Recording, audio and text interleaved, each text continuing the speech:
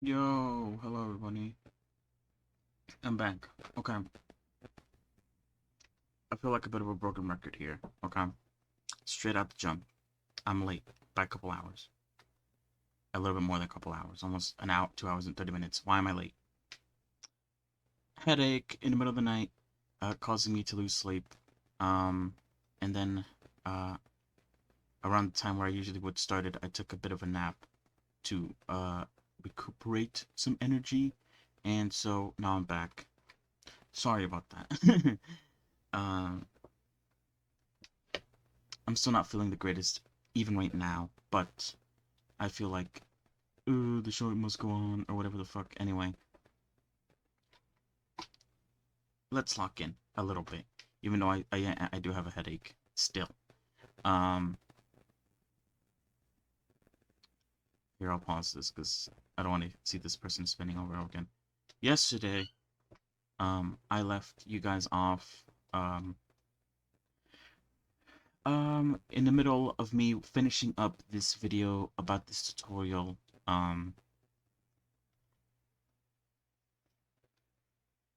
with an error.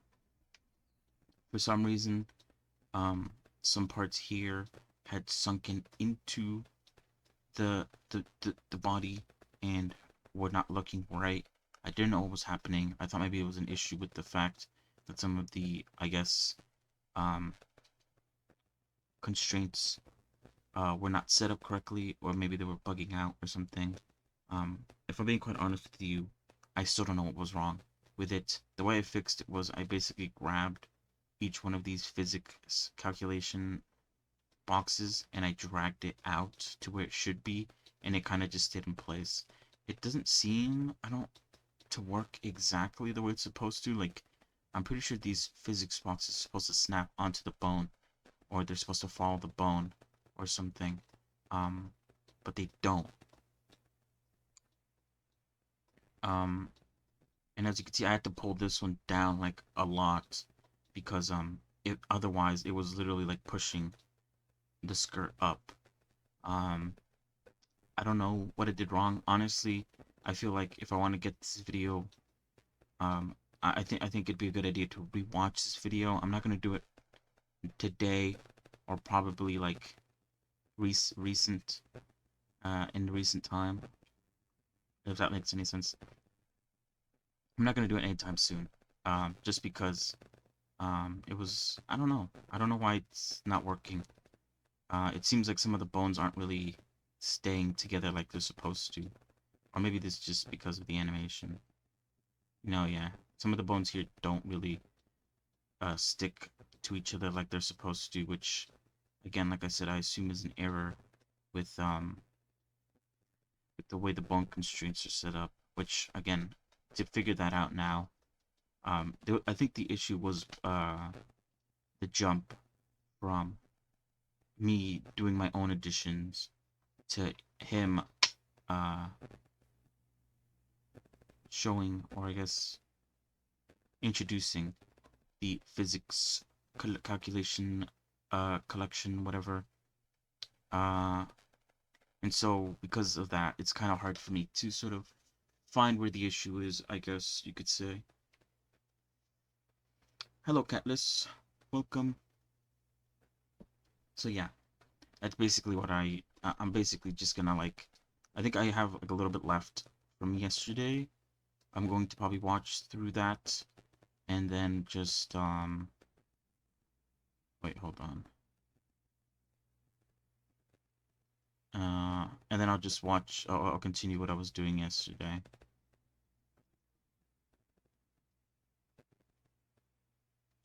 Hold on, I'm pulling up the. Where is it?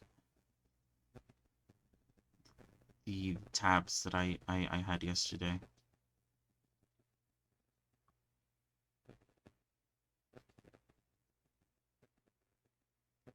There we go, I found them. I deleted a bunch of stuff, so it took me a while to find.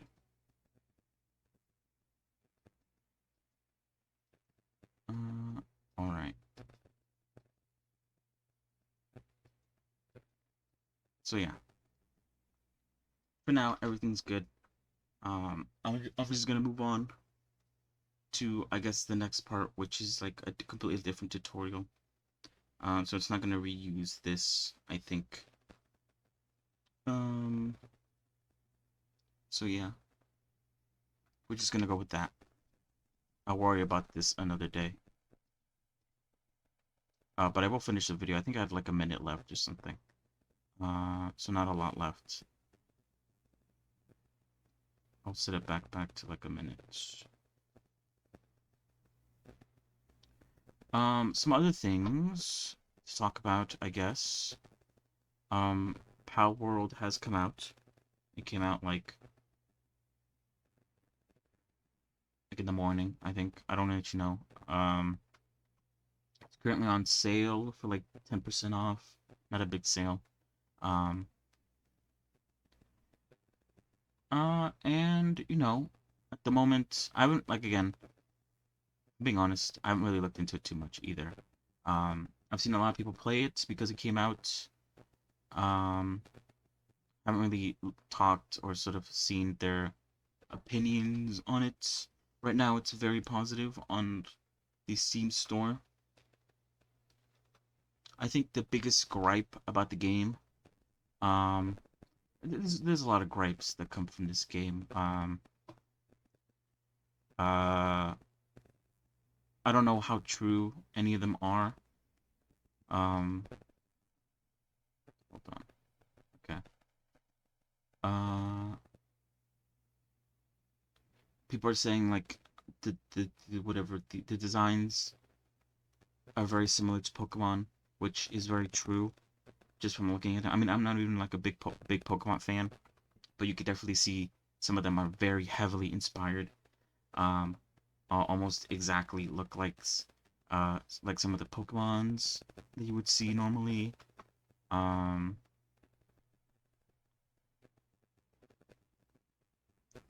what else?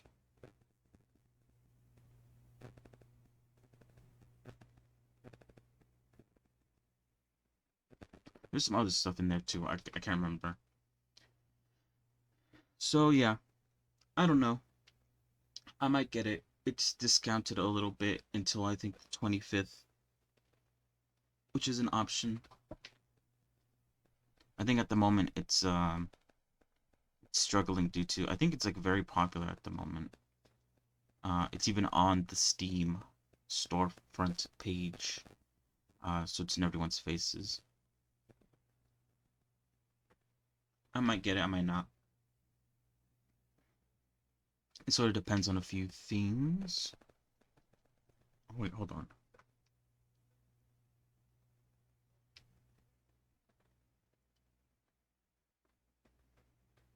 No, okay.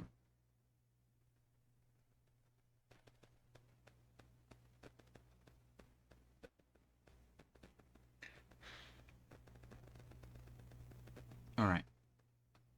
Anyway, so yeah, that's sort of what I've seen. I don't know what I'm gonna do with that, or if I'm gonna get it or not. We'll see though. Hello, Silence Screams 100. Well, how's it going? Hope everything is good for you. All right. Enough intro stuff out of the way, I think. Let's wait, hold on, where is it?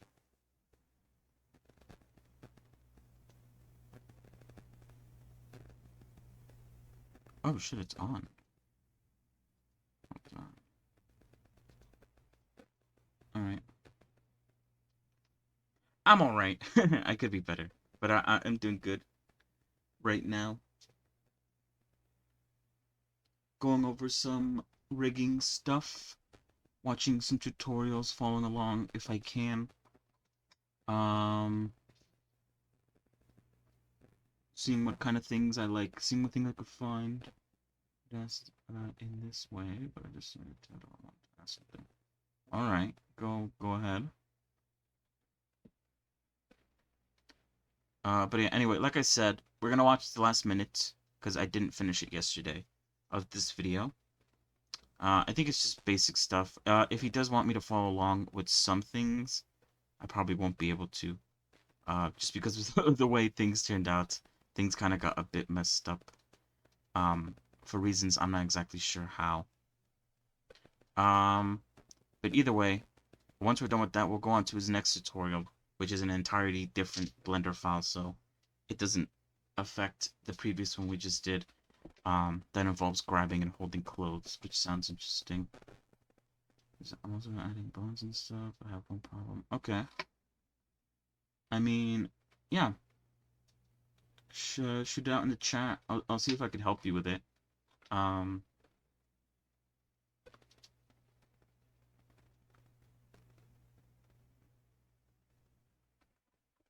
I might be able to help you. Might be able to point you in the right direction.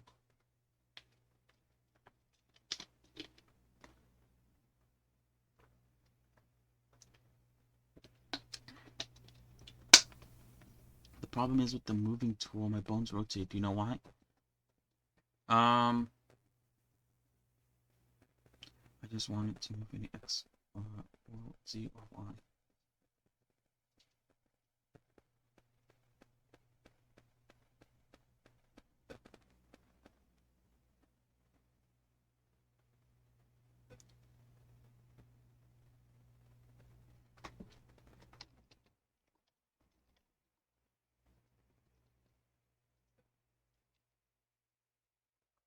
Oh, you mean like when you're trying to pose it, and you like try to move it, but instead it kind of just like it rotates when pressing G, which is usually the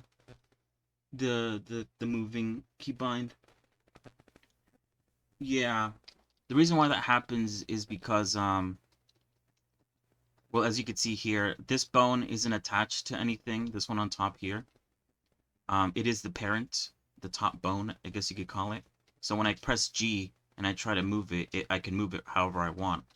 But if I try to move one of these like connected bones with G, all it does is rotate. Because it's attached to this bone. So you can't actually move this bone at all. Because it's attached. If you do want to move it, the best thing you could do is probably like if you go into edit mode, yeah, you're gonna have to separate it.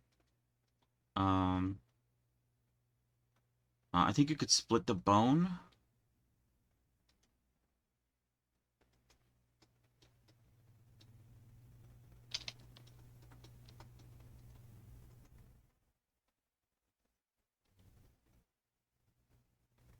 Or yeah, separate the bone, I think, right? Kind of hard to see because I have a bunch of bones like stacked up on top of each other.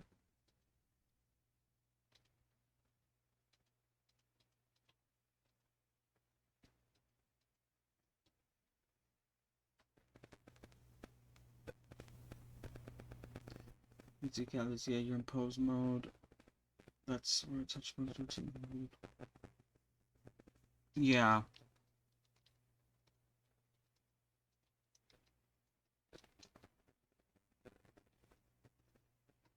I think separate. That's it. Hold on.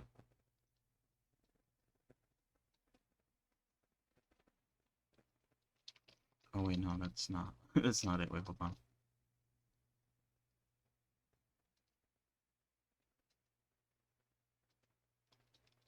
Yeah, you can clear the parent, but just like instead of clearing the parent entirely, you could just disconnect the bone, and that would allow you once you get into pose mode to move the bone around and not have it rotate.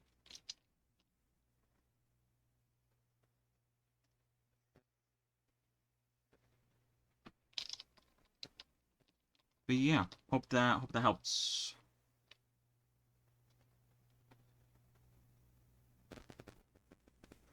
Okay, cool.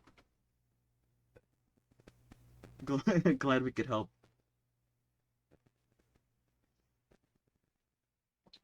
Very nice, very nice. All right. I was like, only trying to think how to repair that. Yeah, it's those little things, you know. Um, yeah, because you're learning and stuff.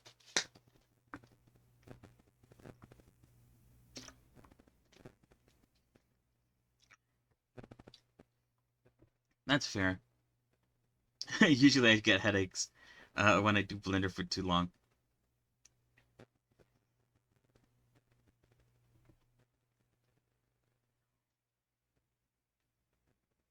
Alright.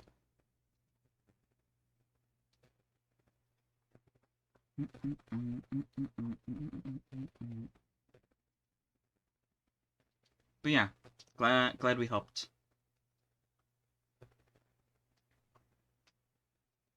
Alright.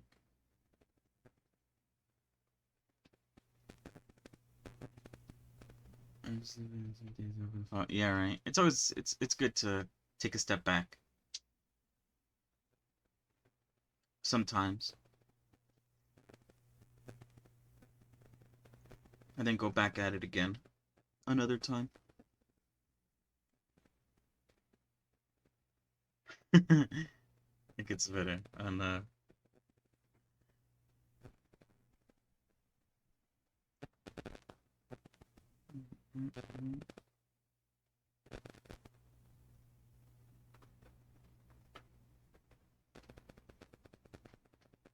much RAM do I have? I think I have 16 gigabytes of RAM.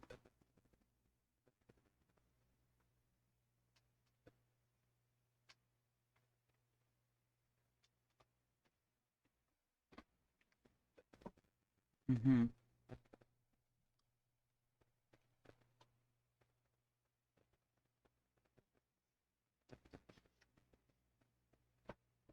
Yeah.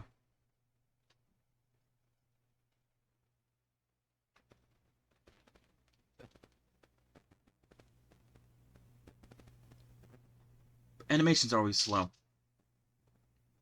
if that's what you're referring to.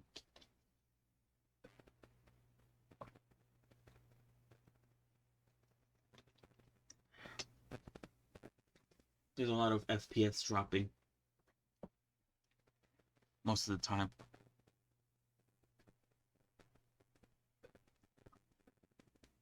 Use a viewport shading. Some elements. Slow.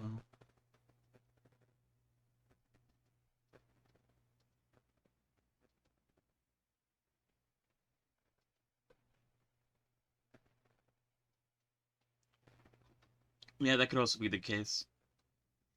Um, since I know at least Cycles uses the CPU or the GPU to do its renders or its sampling.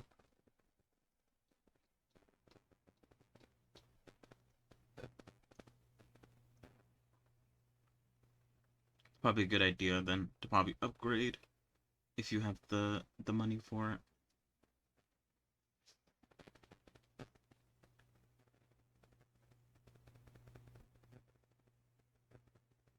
Yeah, better but simple.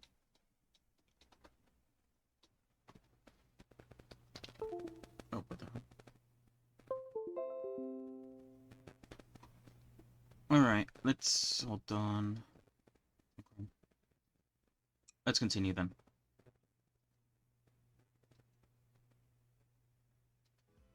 そこは FK 本で微調整することで修正することができます。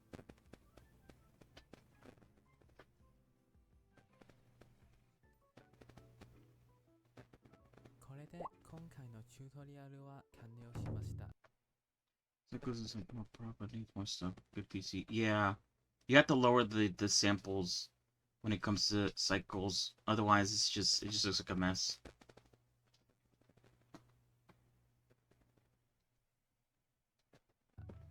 ですけど、このリクはまだ改善する余地があります。それは IK スプラインコントロールで FK 本全体を制御することです。この長い FK 本チェーンを一つずつ回転することは少しだけ非効率ですから、IK スプラインコントロールがあれば少数のコントロールで FK 本全体を制御することができます。そしてこの IK スプラインコントロールの作り方は今後のチュートリアルで紹介していきたいと思います。もし気になるようであればチャンネル登録をよろしくお願いします。最後までご視聴いただきまして Alright, it was basically just the ending.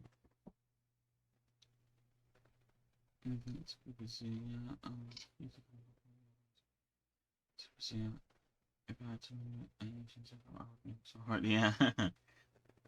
That's close. Yeah, this is specifically. Oh, you could use this for clothing as well, for other clothing, but this specifically for a skirt rig.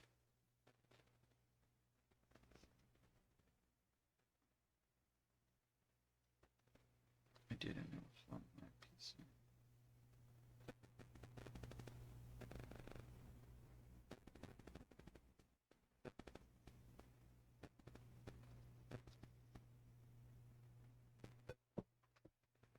Yeah, but this is like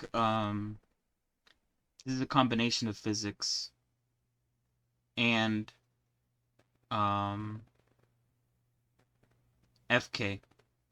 He goes over it in the video in the beginning on why this is better. Because physics struggles with clipping, and including FK along with it gives you a bit more control. It's yeah.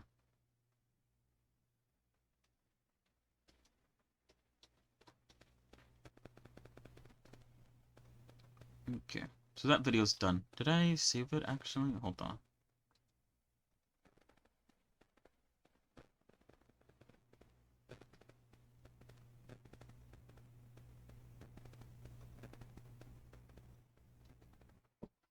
I'll save this one.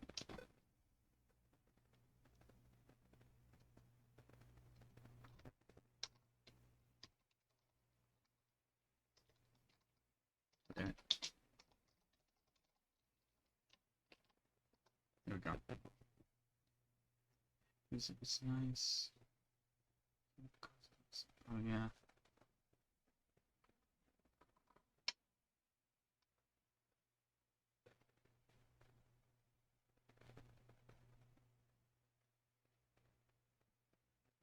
Okay. Moving on to the next one. I'm going to start off by downloading the Gumroad file he provides immediately. Oh, wait, I think did I do it already? I feel like I did, although I might be wrong about that. No, actually, I don't think I did.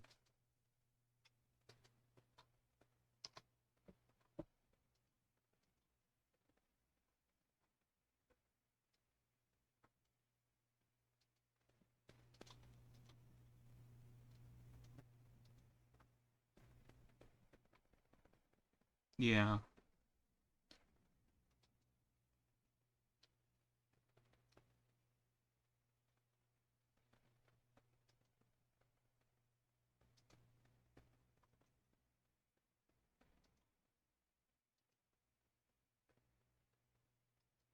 Alright. We're done with this one. I'll put the next one up on screen.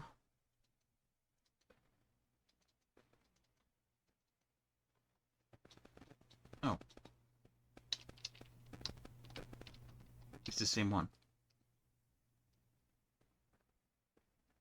I assume I assume with the fix, like, this is how it's supposed to look like. Hold on. Oh wait, are these like hidden or something?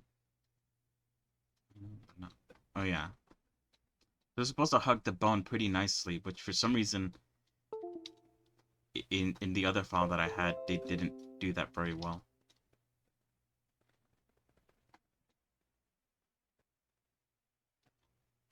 I might have messed up something. But it's fine now. Okay.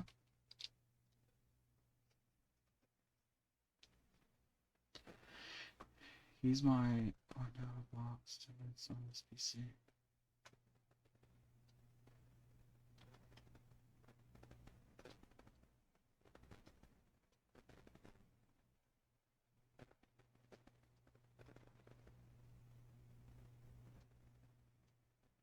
Oh, that's cool. You were doing water physics? Doing water stuff?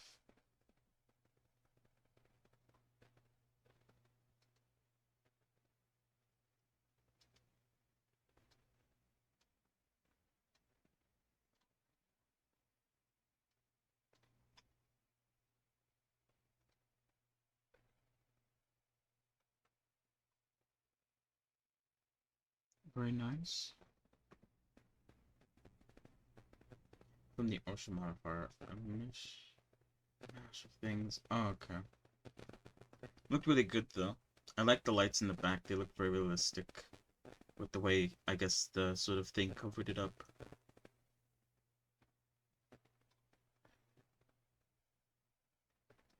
Alright. This one's only 10 minutes, so hopefully it shouldn't take me as long as the last two videos have taken me. However, I probably will be pausing a whole bunch, because that's what I do.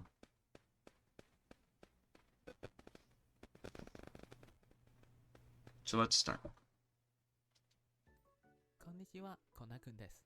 今回のチュートリアルはスカートリッキングの続きとしてスプライナー系の応用と作り方をご紹介していきたいと思います。こちらのコントロールはスプライナー系と言います。特徴としてスプライナー系は一つのボンチェーンを自由に曲げることができます。スカートを作る際にスプライナー系が役に立てる状況が主に2つがあります。1つ目はメッシュの通過問題を解決すること。2つ目はスカートをつかむモーションを作ること。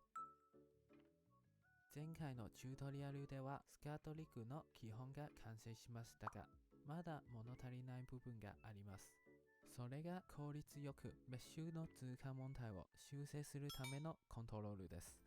例えば通過問題をなくすためにここの布を持ち上げたいと言います。FK ボンでやるとこのように最小限で3つのボンを回転させる必要があります。これは非効率かつ非直感的な操作方法だと思います。しかしスプライナー系コントロールを加えればたった一つのコントロールを移動すれば理想の形が作れます。一方先でスカートをつかむこともできます。現在の画面にあるモーションはカテシと言います。特徴として両手でスカートをつかむことになります。先ほどと同じく FK 本でスカートの形作りをすることが非常に非効率ですから。スプライナー系コントロールがあればこうやってコントロールを手の方向へ移動すれば簡単に布を引っ張ることができます。そしてこれらのスプライナー系コントロールは元のリグの上に加えているので物理シミュレーションや FK コントロールには影響を及ぼさず元の機能を保つままに作動します。このチュートリアルではこのスプライナー系の作り方と元にあるポンチェンに加える方法をご紹介していきたいと思います。Go to motionray.com.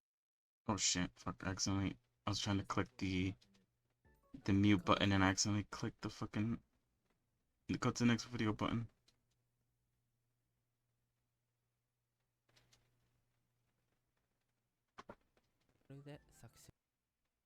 But yeah, the way he has the I guess the skit set up is very complicated. There's like multiple bone layers that he's using. If I were to use this, I'd have to, I guess, go back and work my way back up. I'm following along now though, just so I could get like how far this sort of tutorial gets up to. したものを使用します。もしファイルが持っていないなら概要欄でダウンロードしてください。チュートリアルを始めます。まずは体のリッグを正時ポジションに。Okay. No, you're good. You don't have to like be here the entire time.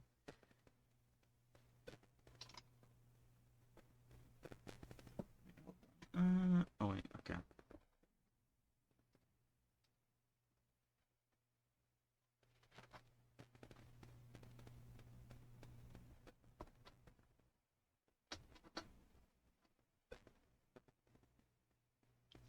Alright. 戻します。スカートリッグを選択し、スラッシュキーでリッグを Alright. 独立表示します。エディットモードに入ります。前のポンチェンを選択し、シフト D で複製し、M キーでレイヤー6に移動します。レイヤー6を選択します。最初のボンを選択し、Okay.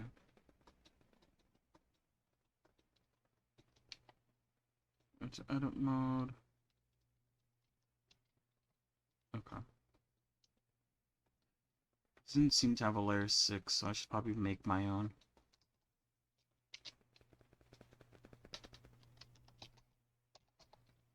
Since they changed the way bone collections worked in 4.0. So every how many frames do you usually make a movement? I mean, I haven't really done much animation, if I'm being honest. So I don't think I could really answer that question for you. Yeah, just like you, I'm still very new with some parts of Blender, and animation is one part that I'm very new at. Yeah, it's fine. Select the starting point, rename it as skirt SPIK underscore A. Oh wait, let me hide the other ones. There we go. Skirt SPIK 1. I guess if I was answering, I guess yeah. I guess it depends on how long you want the animation to be.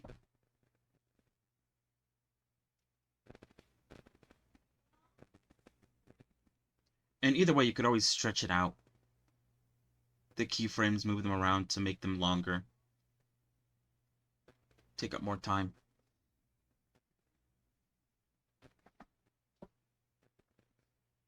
Play around with the graph editor.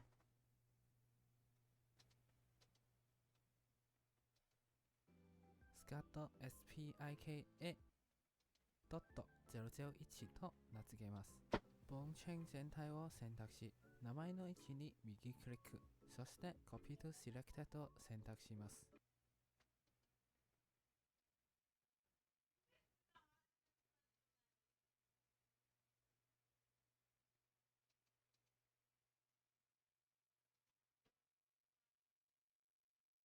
Okay. But I deleted it because it was trash. There's a big condition. So 8 key poses. Approach. I'm doing it again. Alright. Yeah, I feel like a walk cycle is pretty basic when it comes to animation. Although I say that it's obviously going to be a lot harder than uh what is easier said than done.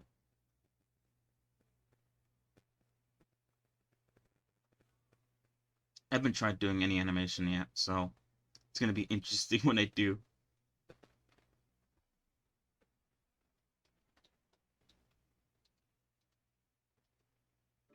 こうすれば、ボーンチェーン全体がネーミングされます。ポーズモードに入り、全体のボーンコンストレントを削除します。オブジェクトモードに戻ります。Clear all bone constraints, alright.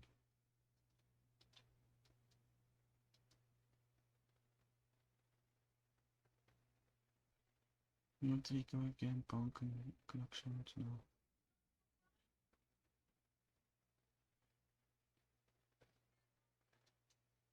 Alright.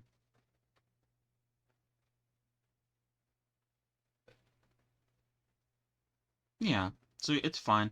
I'm pretty sure the first time I try to animate, it's gonna come out a bit ass. It's not gonna be the best. But you know, one step at a time. You learn as you go. Get better at it. Shift A でパスを生成します。スカットボン、スプライン A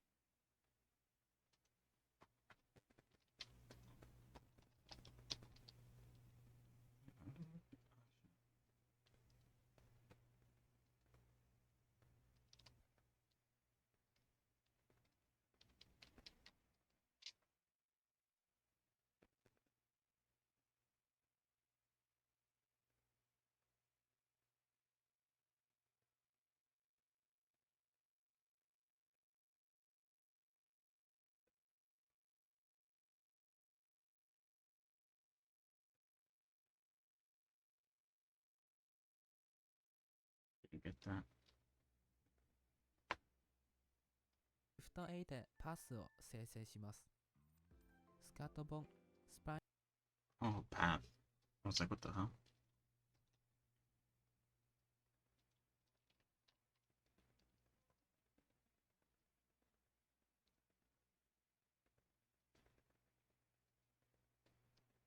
Start seeing time on it. Yeah.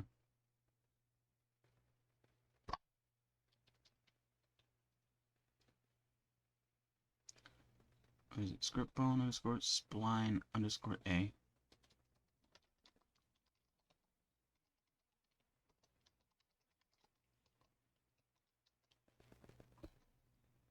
I assume you have to make a different spline for each individual 8 length of bones.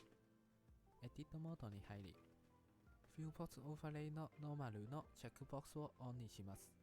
構成 Direction bone, okay.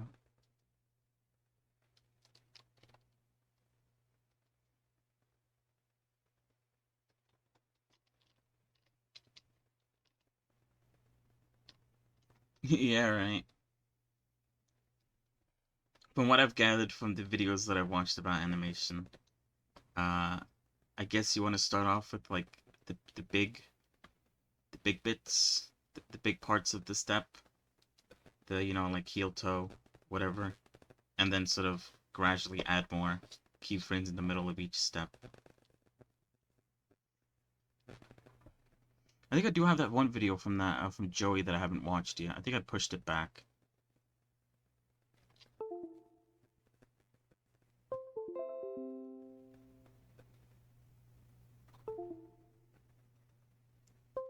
I think I should make a section that revolves around animating. I don't have that yet.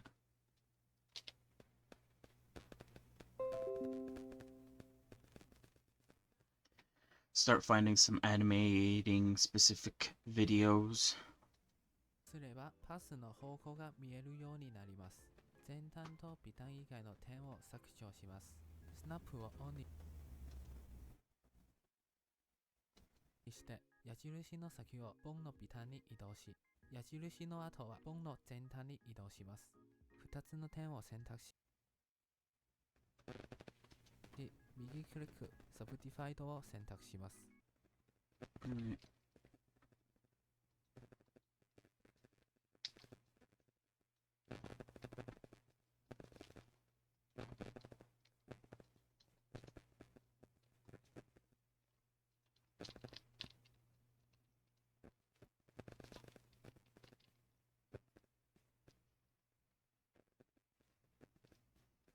Yeah. I'm just saying what I've heard. I've never actually tried it, so this probably is a lot harder than how easy it is to say. I recommend going for an absolute over-exaggerated comic walk on the first try. Oh, okay. Yeah, maybe try not to go too realistic, I guess.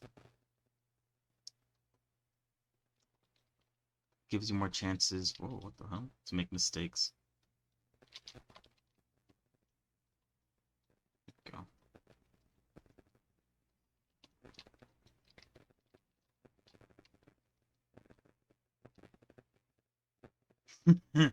Yeah, right. Couldn't even imagine. スナップをオフにします。中央の点を移動したら線が硬い直線に見えます。ですが、スプライン 9K は柔らかい曲線を使用した方がより良い見栄えが出せます。だからここはプロパティのアクティブスプラインを開いてオーダー U を3に変更します。そうすればカーブは直線ではなく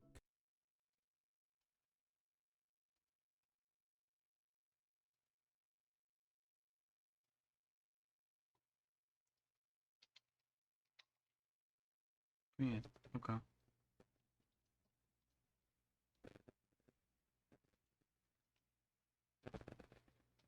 曲線になります。オブジェクトモードに戻ります。ボンチェーンを選択してポーズモードに入ります。尾端のボンを選択してボンコンストリントにスプライン 9K を追加します。ターゲットは先ほど作ったスカットボンスプライン A を Alright, go into pose mode. Select the last bone. Spline. Okay. Spline.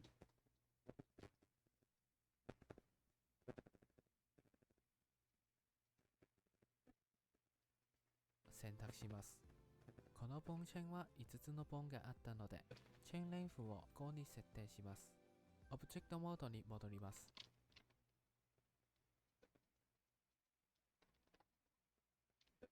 Things. Undo can't walk, so. Oh. You can make it a cartoony can't walk, I guess. Start with that and maybe try to go more realistic over time. As you get better. Up to you, though. Whatever works for you.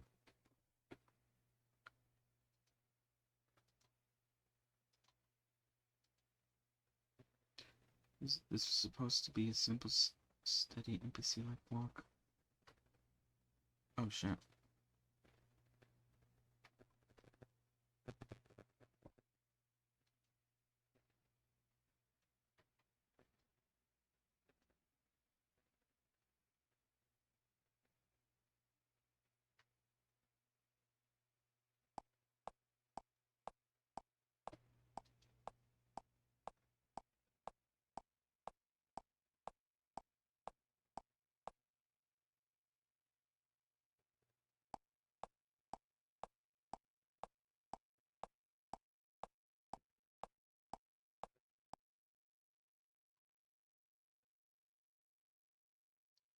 Kind of there, but it's kind of stiff if you paint. Yeah. The walk is good. Yeah, like I said, sorry, like you said, it does look kind of stiff. Although it's like, it's kind of hard to see like how to fix that stiffness. I guess you'd have to like watch videos of like people walking to sort of, I guess, try to like copy a bit of the non-stiffness. I do like how you added sound though. It's like a metronome.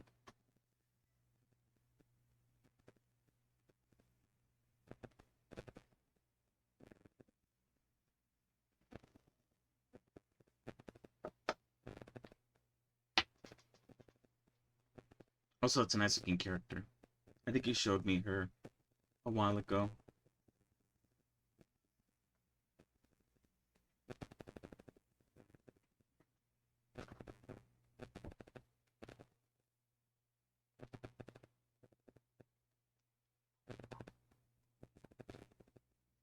Wait, hold on.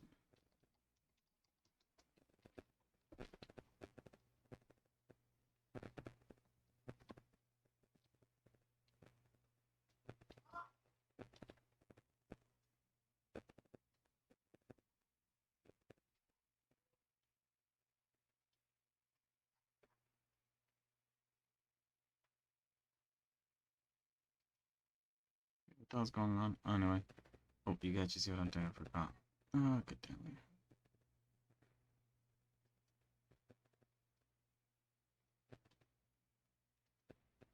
Oh, okay, there we go.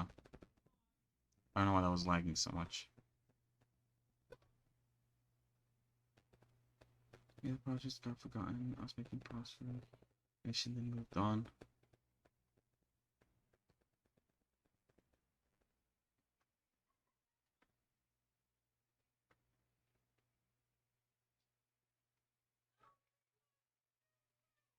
Yeah. Alright. The references are good. It's always good to have a reference.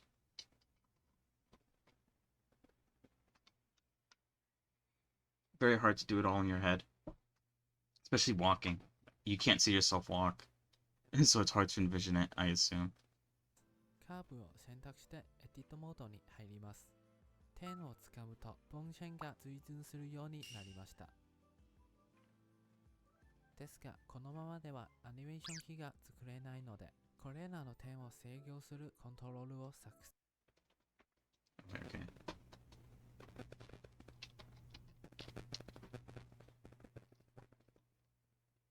Nice.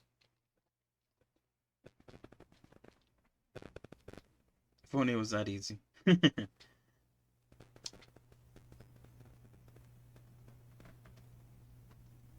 する必要があります。オブジェクトモードに戻り、文線を選択してエディットモードに入ります。最初の文を複製し、M キーでレイヤーセーフへ移動します。レイヤーセーフの選択します。文を More bones to control the bones. God damn it. Alright.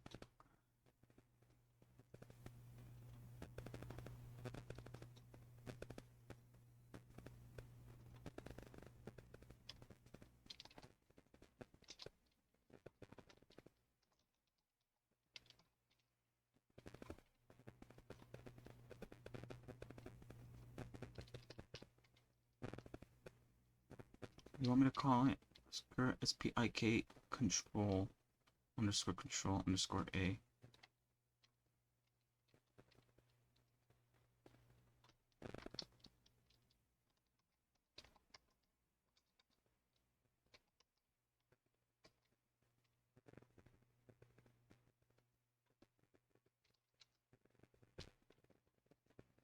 Alright.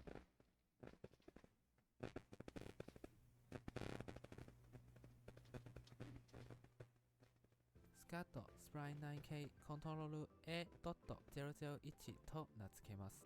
スナップをオンにして、スナップウィズにアクティブを選択します。Turn on snapping. Okay. Yeah, everything's good. 本を複製し、カーブの中央にスナップします。もう一度本を複製し、今度はカーブのビタンにスナップします。そうすれば3つのスプライン 9K コントロールが Alright.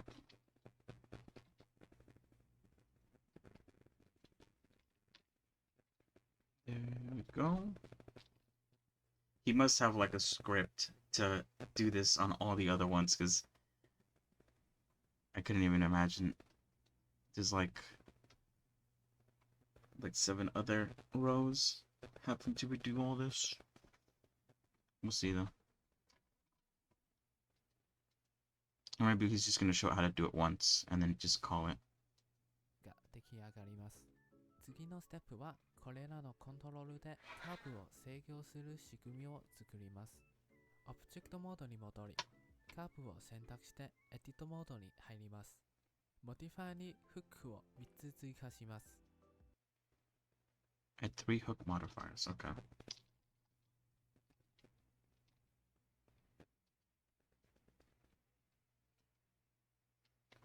Well,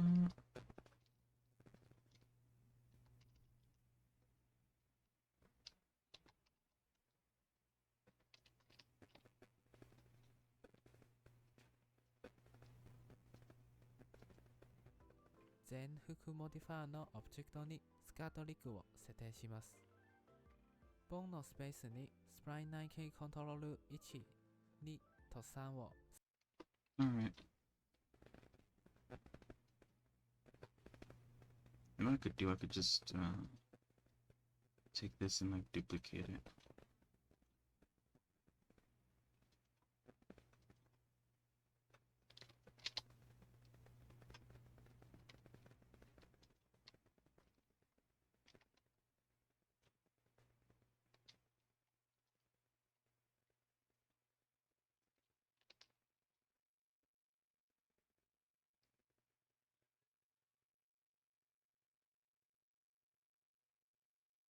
Alright. それぞれに設定します。一番上の点を選択し、スプライン 9K コントロール .001 のフックのアサインボタンを押します。2番目は002をアサインし Oh, I see. Okay.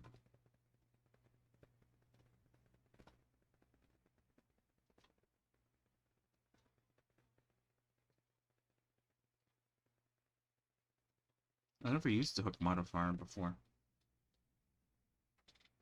I wonder how it works. 3番目は003をアサインします。オブジェクトモードに戻ります。そしてコントロール表示用のメッシュを作ります。Shift A でキューブを作ってエディットモードに入ります。S キーでキューブを縮めて、そして面だけを削除します。メッシュをスプライン 9K コントロールシェイプと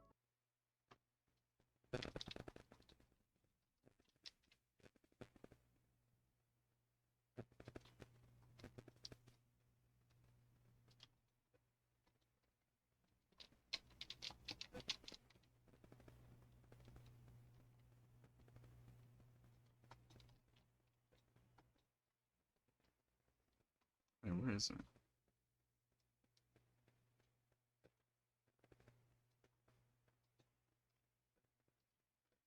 You want SPIK underscore control underscore shape.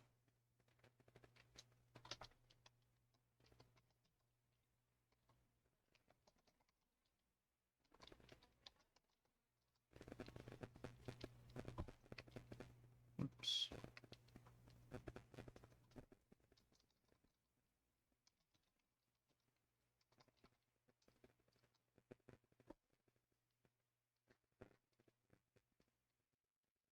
名付けます。オブジェクトモードに戻ります。ボーンを選択してポーズモードに入ります。スナップをオフにします。ボーンを選択してビューフォトディスプレイのカスタムオブジェクトにスプライン 9K コントロールシェイプを設定し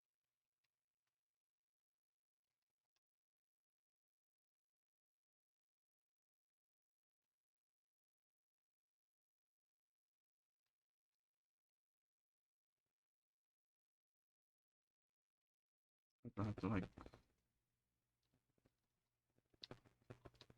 Okay. します。シフトを押しながらスプライン I need to make the cube smaller. Yeah.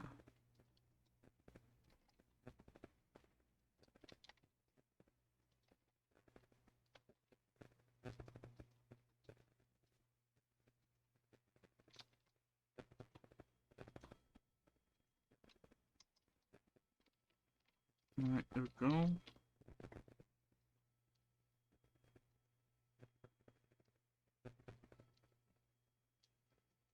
.9K のレイヤーをオンにします。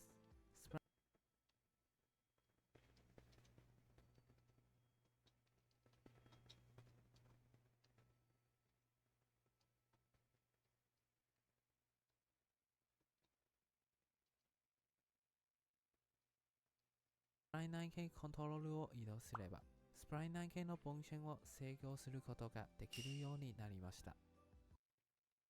Alright, let's see if it worked.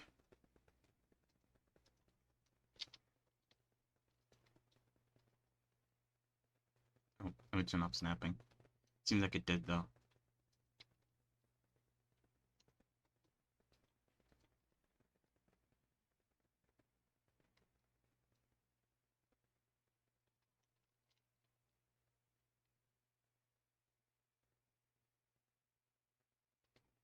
Cool.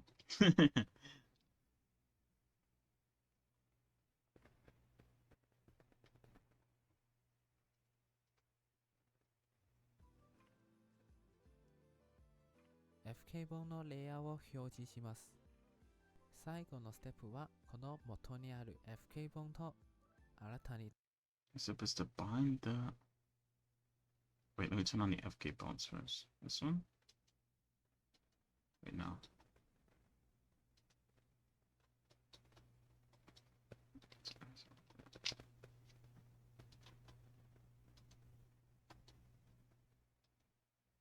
These are the physics bones. Oh, these are FK, okay. For some reason, he doesn't have the FK bones under the FK collection. He has them under layer 3. For some weird reason.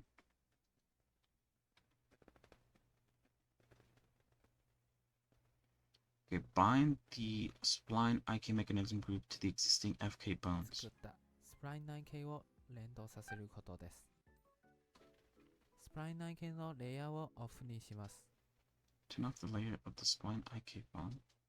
FK 本を選択し、コピートランスフォーメ Okay. Provide you. Copy transformation constraint.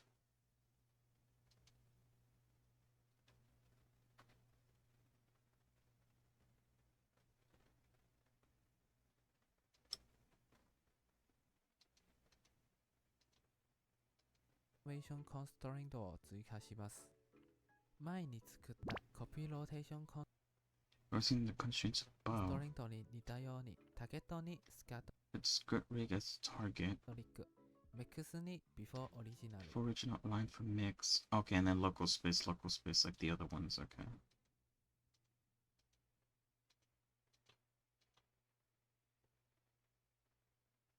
Oh wait, what the hell? There's a bunch more options there. ターゲッ Oh, aligned. Okay.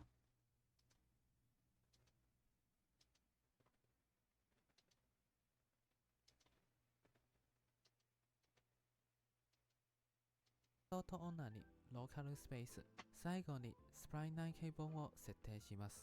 残りの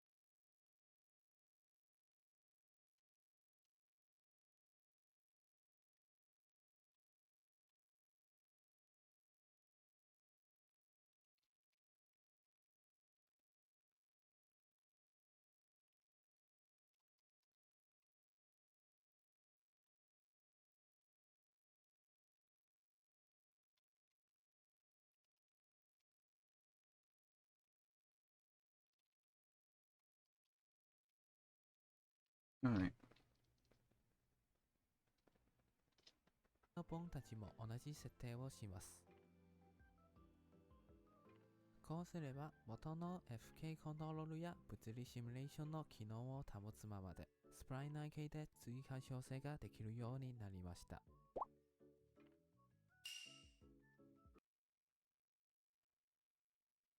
Alright.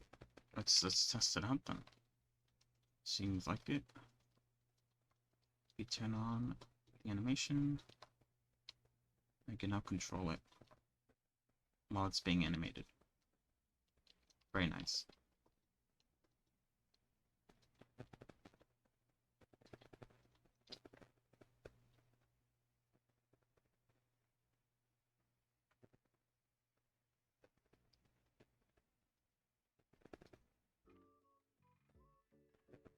「最後の最後は他のスカート本も同じく And so we need to add spline eye controls to all other bone スプライ chains. ン内径を追加します。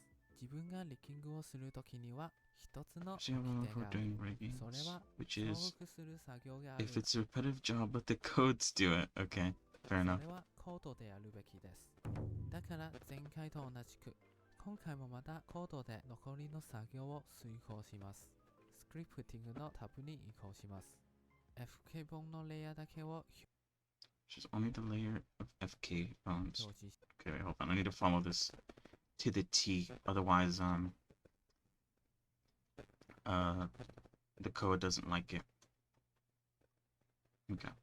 So only showing the third layer, which it is. します。エディットモードに入ります。 Into edit mode, select the starting bone of another bone chain. 右でボーンチェーン全 Out 体 select を bone 選択しま select す。 chain. コードを実行 Then し run ま the す。 script. コードの実行が Good. 成功したら、ここにはエラー We're の not 告知 hitting が any 出ない messages. です。もしエラーの告 See 知 an が error 出たら、 message. これらの May 名 try 前 to と change the エラー names の and numbers here. Oh no. 数字をチェックや変更をしてください。コードの実行が成功した後に、レ Executed. イヤー6に移動すれば、 Okay, wait. Let's try it. So she says go to edit mode, select the top one, select the rest, hit run script. There was an error. Shit. Alright, let's see what the error was, I guess. Oh, wait, hold on. Okay, there we go. God, it seems like a really fucking big error.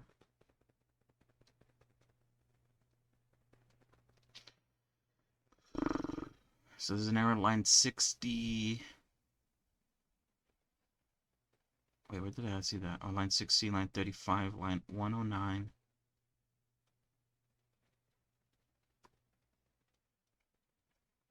Wait, what? Oh.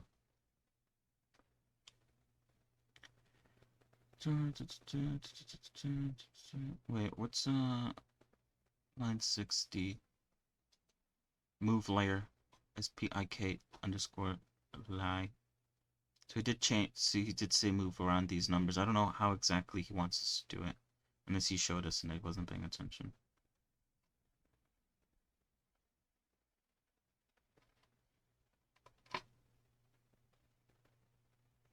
$109.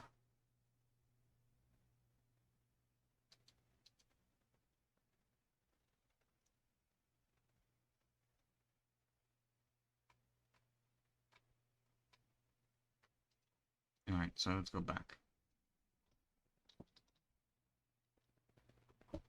ここにはエラーの告知が出ないです。もしエラーの告知が出たら、これらの名前とレアの You try to change the names and numbers here. 数字をチェックや変更をしてください。Okay, hold on.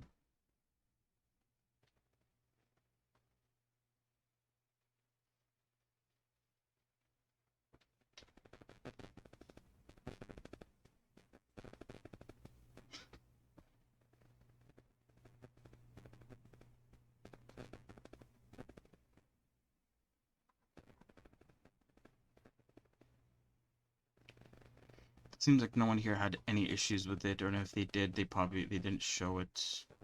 Just a bit troublesome. Me. They better change my animation forever. Yes. All right. I guess let's try to change some names here and see if it fixes it. So rig name is of course script rig collection IK spline, which is there, correct. FK bone label FK. I believe it is not. I believe it's layer 3, not FK.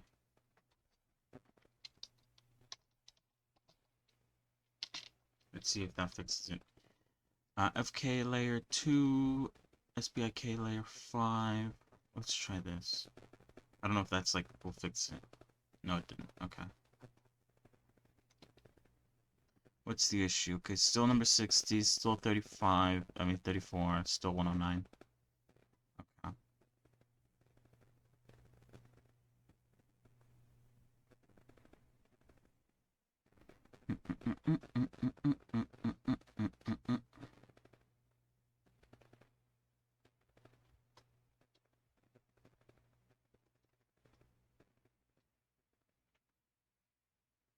What is the FKLRY?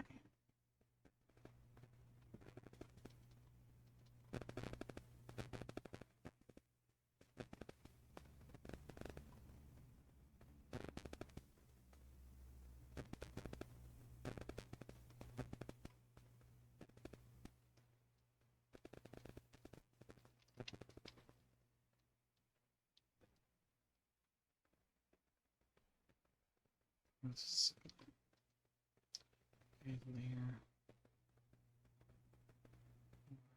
5, 6, 7. And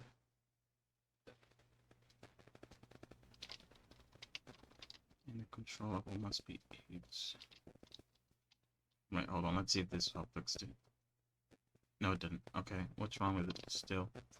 Still the same. 60, 34, 109.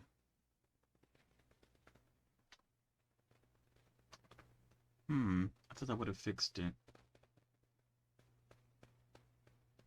1, 2, 3, 4, 5, 6, 7, 8.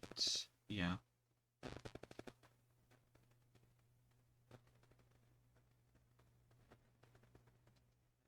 Oh, this is 6. Oh, it's 7. Oh, I assume Wait, hold on. Let's see if this actually fixes it. Probably won't, but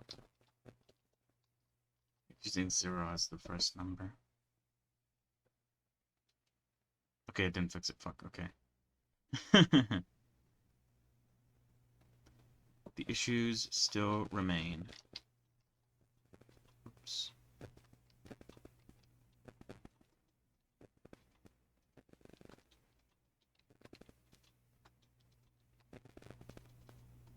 Uh-huh.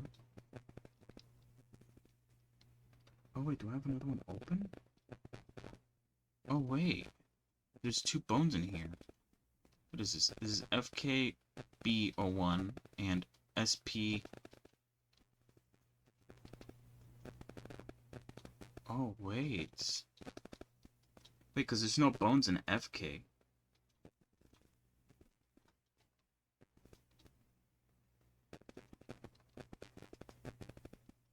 Everything is in the same layer. Layer 3. He has the FK bone. He has an SPK bone. He has another SPK bone. He has another SPK bone. He has 4 SPK bones and 1 FK bone in the same layer. That's confusing.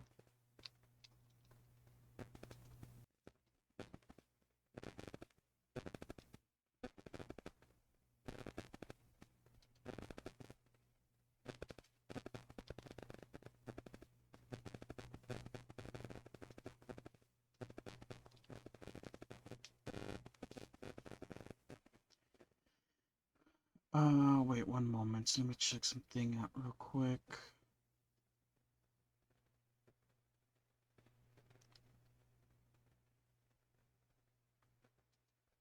But yeah, the issue that I'm seeing... Wait, hold on.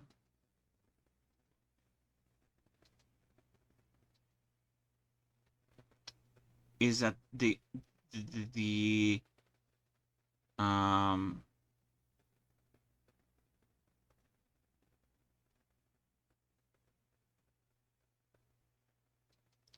Python script is being executed, and it is giving me new bones. However, it's still giving me an error for some reason. The bones, even though the bones are being made, and I'm not sure if it's putting the bones exactly where they have to be. I believe the script, by the looks of it, is supposed to put it in the correct bone layer, but it doesn't seem to be doing that either. So, very odd, very concerning.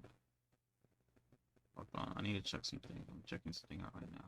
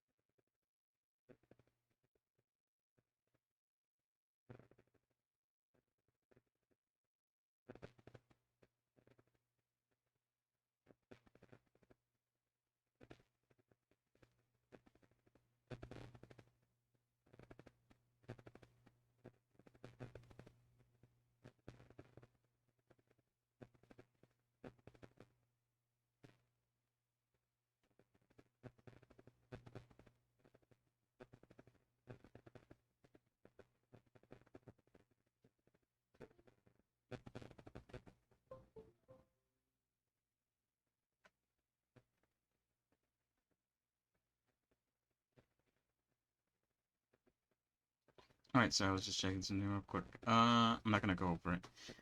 So it's whatever. Okay. I'll have to check that out later. Oh, I probably should put a note down for that. Ooh, ah, ee, ah, ee, ah, ee, ah. I don't know. I'll try to remember it for tomorrow. Anyway, it doesn't matter to you guys. It matters to me, but it's fine. Okay. So I am getting... Oh, wait, no, it's fine. Like I said, I was getting an error. For some reason, none of the bones were being spawned in, regardless of there being an error. Hold on, let me continue watching the video and see what's up. Let me... Alright. I want to see if, like, his bones are, like, in a different layer.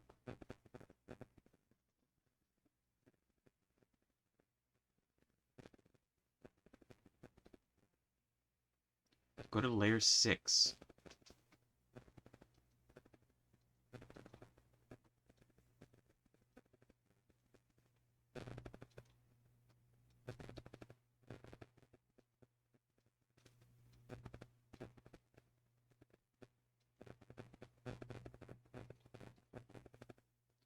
It seems like layer 6 is...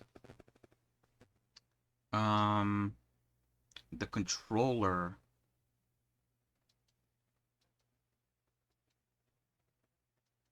Yeah, you can now see the new controllers. Okay, I cannot see that.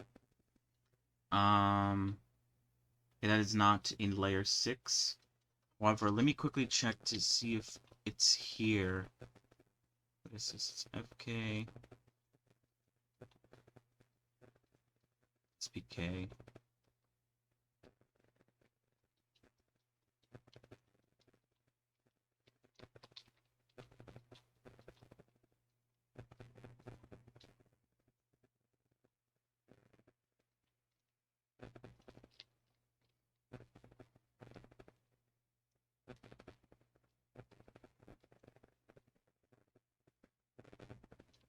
Okay, so let's go back before I,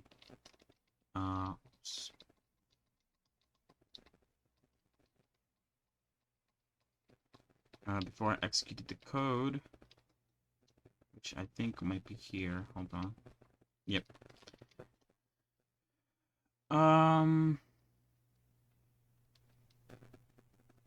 Okay. FK bone label apparently is FK, although I don't think it's FK. It's in layer 3.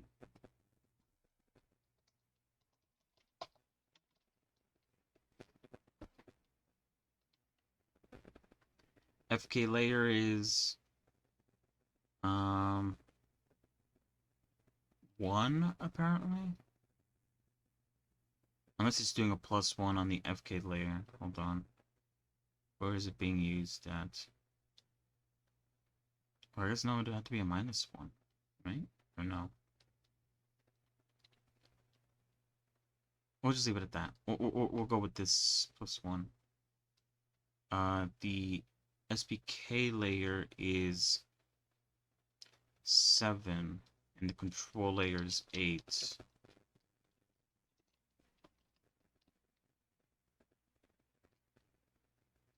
Alright, let's see if this works. Oh wait, I need a... What do I need to do again? I need to... Only have FK mode selected. Select that one. Select all the other ones. Hit play. It fails. However, it still makes the bones. Okay, this is an FK. This is another FK?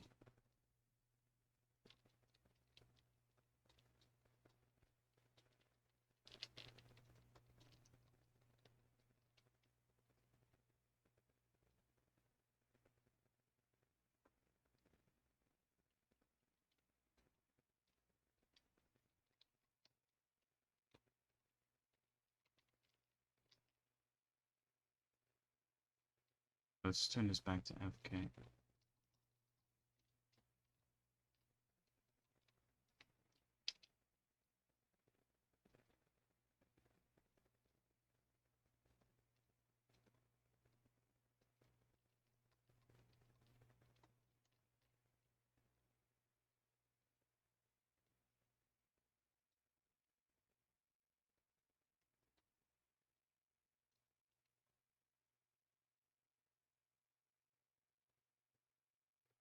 Okay, it's not working.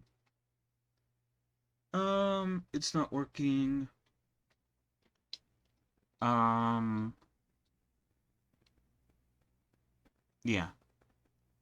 Like I said, for some reason it is making a copy of the SPK bones. However, it is not. Wait, hold on. Let me do one more thing before I call it quits.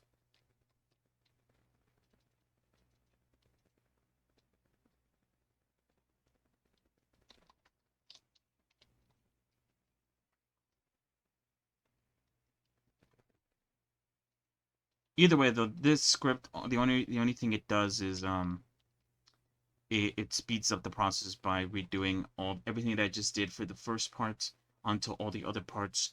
If I wanted to, I could literally just go back and do all the other parts manually. Which obviously I'm not going to do, but I could. That is a possibility that I am not going to do, just because it would take too long. However, I'll try to follow along the video as best as I can with only one part of the skirt being rigged correctly to the way that the video that failed to what is the SBK?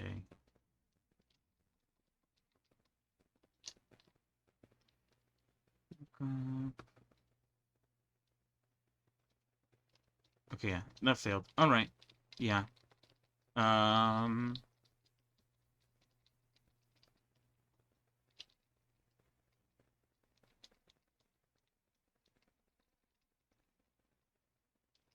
that's fine. At least one part worked, and like I said, I could always just re-put it on everything manually instead of running the executable. But whatever.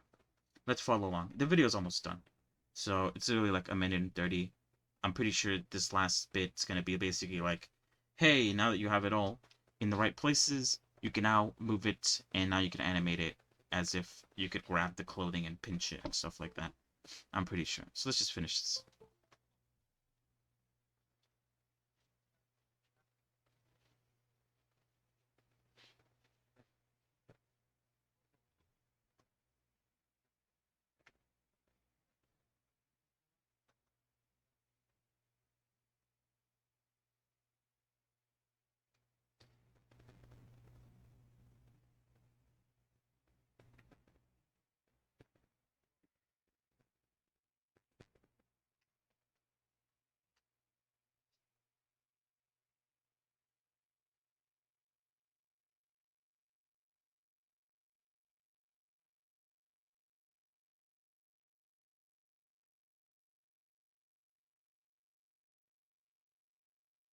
Hmm.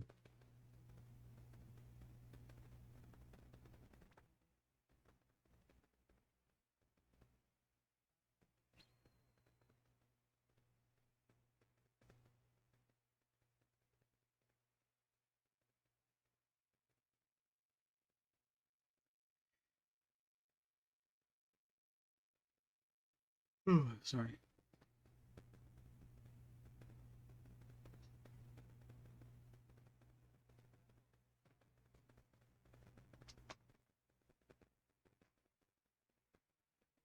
Yeah, that's it. Okay. I tried my best to figure out what was wrong with the script, but overall, the video is still good because it's like he didn't like write it specifically, but this is kind of like the third part of like this three-part series. Um, grab another clothes. Uh, Application working allows you to make.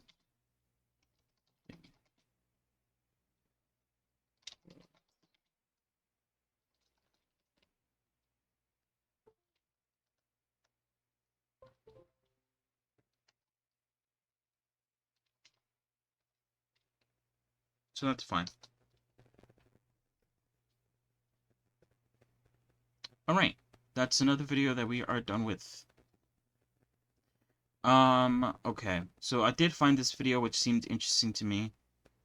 Rigging equipment and weapon slots in Blender.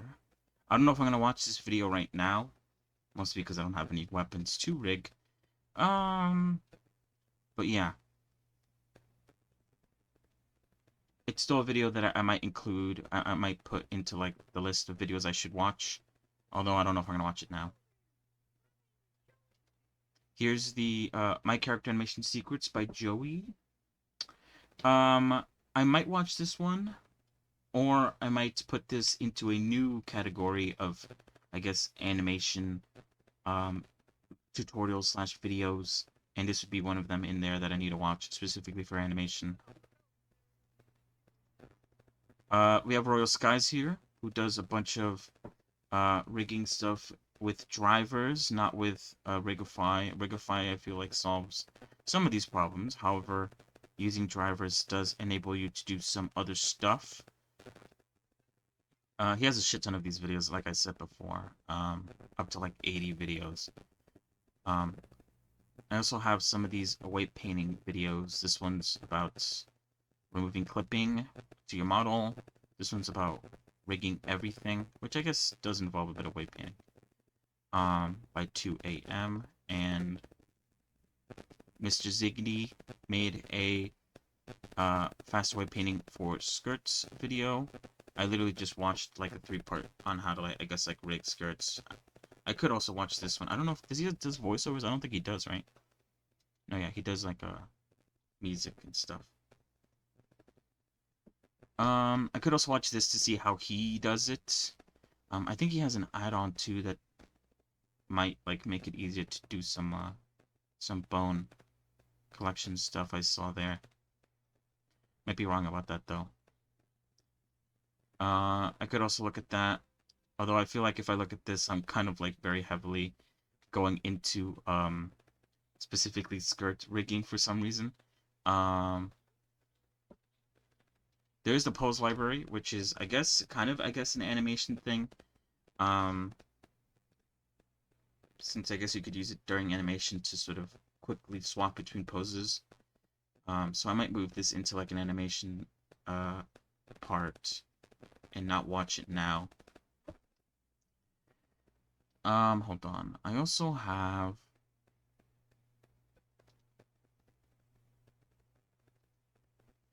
where is it?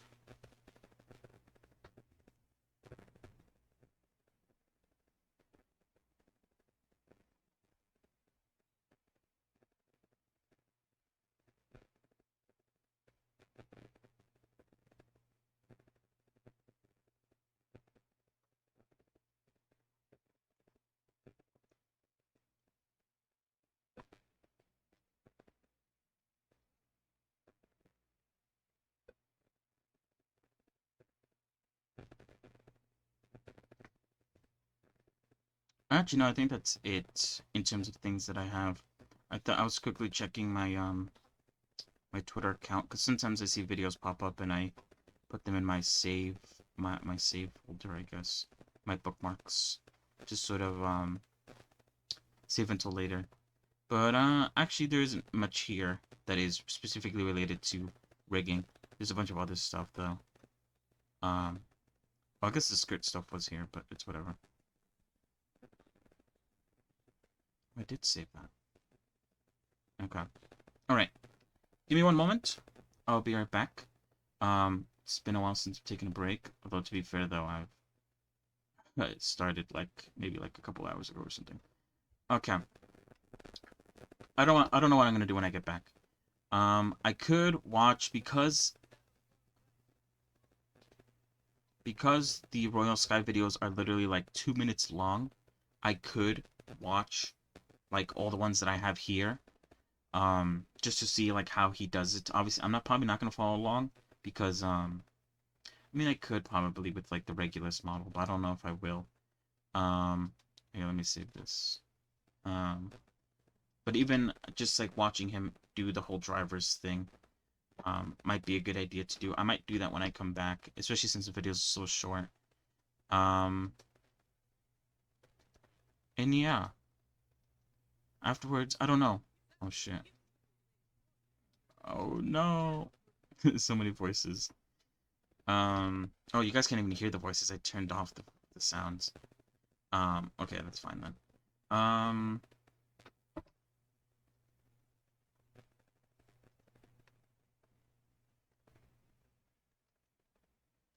yeah. I don't know what to do afterwards. I could probably play some games. I did talk a bit earlier in the stream about Pal Worlds, which piques my interest a little bit, although I don't know if I should get it right now, since it just came out. I believe the servers are not the best, and also maybe I should wait for some more reviews on things. At the moment, it's very highly rated, but I don't know if that's because like it's actually good or it's because it's the hype that sort of is carrying the game at the moment. Some games start off really good and then they kind of taper off very quickly, and yeah, but it has a lot of interesting parts that I like, as creature collections, which is nice. It also has a bit of like survival elements to it, uh, which is also nice. It's $26, about 27 actually. I might get it. I don't know. Um, yeah, I don't know. I might also just play another game.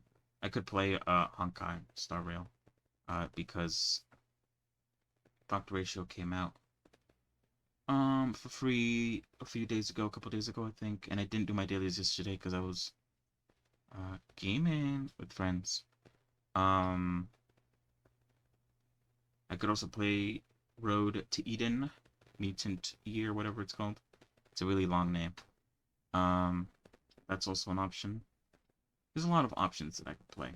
I feel really bad when it comes to story games because I feel like I've started a few story games already on stream and I haven't really finished any of them because it's a lot to sort of dedicate your time to try to play a story game out. We'll see though. So yeah, sorry. Like I said, I'll be right back. Uh, and when I come back, I'll probably decide what we're doing. All right. BRB. Bye.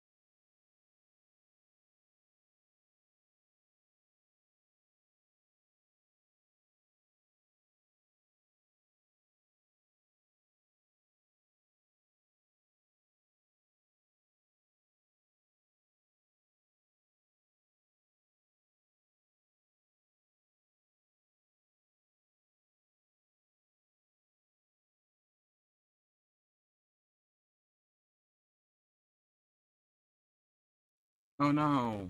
Wait, hold on. I'm back. But hold on, give me one moment.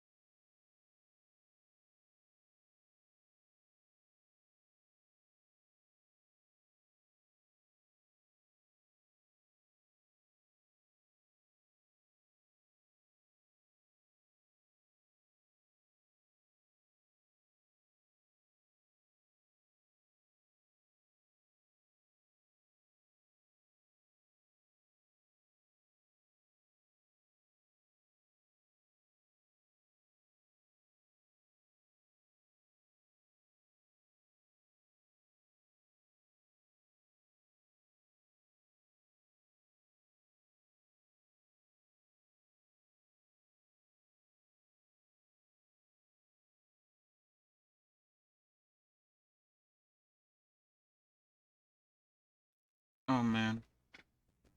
Wait, what the fuck would make... Oh, I know what I mean. Okay, alright.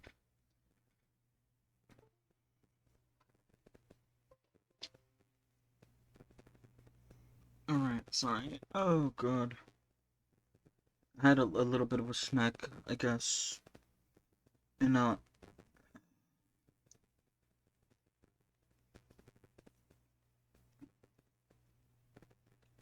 my head's still hurting. Well. Anyway. So let's do what I said we were going to do before I left. Let's watch, I think I have like 5 videos, maybe even 4, from Royal Skies. Let's watch all his videos that I have open up right now. Um, they're at max like 3 minutes long each. And like I said, I'm not gonna follow along to, any of them. Um, just because, I guess I do have the Regulus rig, but I don't really wanna play around with it right now. Um, but yeah. I just want to see how he does things, involving drivers. Usually, he uses a lot of drivers and stuff like that. Maybe some bone constraints or whatever. Um, so I'll watch those afterwards. I'm not sure. Okay. I like I said when I came back, I have a headache. I'm in a little bit of pain, and it's not like the type of pain that hurts you. It's the type of pain that's annoying and irritating. Um, which is why I don't want to continue going on after the videos are done. But we'll see how I feel after the videos are done, and if I feel alright, then I might hop on to like Honkai Star Rail and do my dailies on stream or something and then call it a day, or I don't know. I might just call it a day after the videos are done. It kind of depends on how I end up feeling. It sucks, okay? I think I need to like go see a doctor. Anyway, I'll see when I can do that. I don't know if I can do it tomorrow. Maybe Sunday. We'll see though. Anyway, it's an ongoing problem. Let's see. Let me turn on sound. All right. So I think. Okay, this rigging tutorial under 2 minutes. This is probably the best one to watch because I believe this is the first video from the playlist. So it's honestly like a decent one to watch. We also have pelvis weight paint drivers, arm twist fix, shoulder clipping driver, and advanced rigging in 60 seconds double joints. I think this is the second one we should watch. It literally is his next one in the playlist. So we'll watch. How many is that? I didn't actually check how many those. 1, 3, 4, 4, 5. 5 videos that are like less than 3 minutes long each. We'll watch them all. Again, I'm not gonna follow along. I'm just gonna learn to see how he does things. And then yeah, see how I feel. Tomorrow we're probably I feel like we're running out of videos, if I'm being quite honest. And a lot of these videos are kind of like I don't know if I should watch right now because they don't deal very much with rigging. They deal more with animation. So like this Joy one and this Pose Library one can go under like the animation sort of idea. This skirt rigging one I could watch, like I said, just to see how he does his skirt rigging compared to how the guy I just watched did his skirt rigging. It probably won't be as complex, seeing as this is only a 2-minute video. I could watch this, how to rig everything, this wave painting one. I don't have a lot of wave painting stuff. And then this rigging equipment and weapon slots in Blender. I think he has some other videos. How to rig two-handed weapons. I'm not really gonna worry about that. That's like very niche stuff. And if I ever really want to learn about it, then I could always just look it up. Rigging chain's pretty cool. Alright, let's just start. Ah, God damn, man. I forgot about it. It burns! Oh shit. Alright. Let's go. Problem. Shift A, armature, go to edit mode, and place it around the pelvis. Go to context and under viewport display, check in front to see the bones through the object. I think my mic is freaking out. How am I? Oh shit, sorry.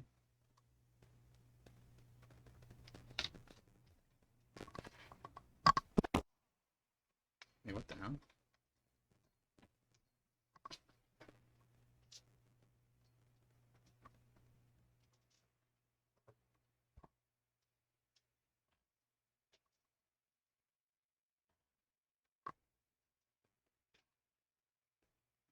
Alright. That's fine, sorry. The cable got stuck underneath something, so it was hard to pull. Alright, let's just continue.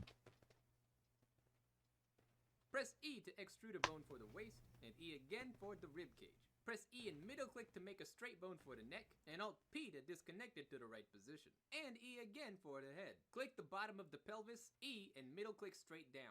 Alt P to disconnect, and drag it where the hip should be. Press E for the shin, E for the foot, and one more time for the toe. Also, don't forget to make sure that the hip is parented to the pelvis. Click the top of the rib cage, E, and middle click straight out. Alt P to disconnect, R to rotate and move it to the shoulder. E for the bicep, again for the forearm, and again for the hand. Now for the fingers. E to extrude, and Alt P to disconnect. From here, make sure all the fingers start in the right place, drag them out to the ends, and make sure they're centered with each finger. Then select them, right click, subdivide, and go over here and set it to 2. Then change global to normal, and adjust the links so that they match the joints. Awesome. Now the last step is to name everything. The way I do it is spine 1, 2, and 3, neck, head, hip, shin, foot, toe, shoulder, bicep, forearm, hand, pinky 1, 2, and 3, index 1, 2, and 3, middle 1, 2, and 3, pointer 1, 2, and 3, and thumb 1, 2, and 3. Then, to make sure that Blender knows if this is the left or right side of the body, select all the leg and hand bones, right click, name, auto name left to right. Then right click, symmetrize, you're done. Hope that helps. If you enjoyed this video, please don't forget to like, subscribe, and ring that bell.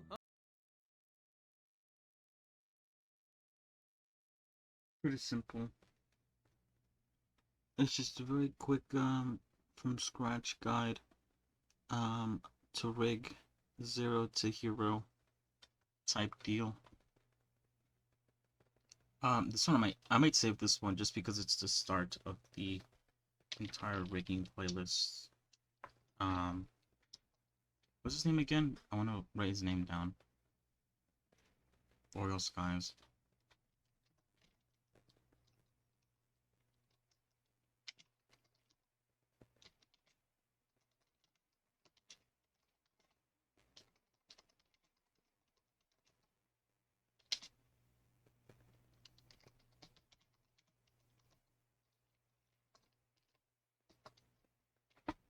Okay. I am gonna add the stars to this one just because it is an entire playlist, and I'm only gonna check out like 5 out of like the 87. Some of them aren't Blender though.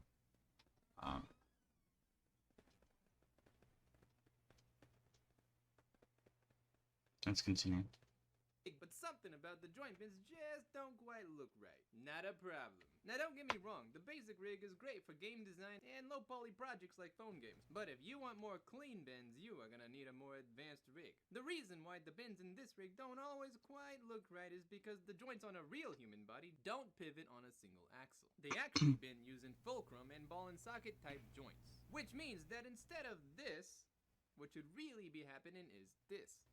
So, how do you make it? Well, the easiest way that I've found is to simply add a double joint system. This way, you can still add IK directly to the rig for more control. With the rig selected in edit mode, click the shin and press Alt-P to clear the parent. Move the end of the hip up and the top of the shin down. Hold shift and make sure that both are selected. Then press F to fill. Name the bone knee.L and make sure that the parent of the shin is the knee. You're done. If you want, you can also do the exact same thing to the arms. Name it elbow.L, parent it, and call it a day. Hope that helps. If you enjoyed this video, please don't forget to like, subscribe, and ring that bell. But yeah, the rigs that he does are not very I guess like game friendly. You can't really transfer these over to Unity because I don't know how Unity's gonna like the fact that you added like an elbow bone or a knee bone to the rig. However, if you're going to animate, I believe in Blender, then making your rig a little bit less, I guess, humanoid wouldn't be a bad idea.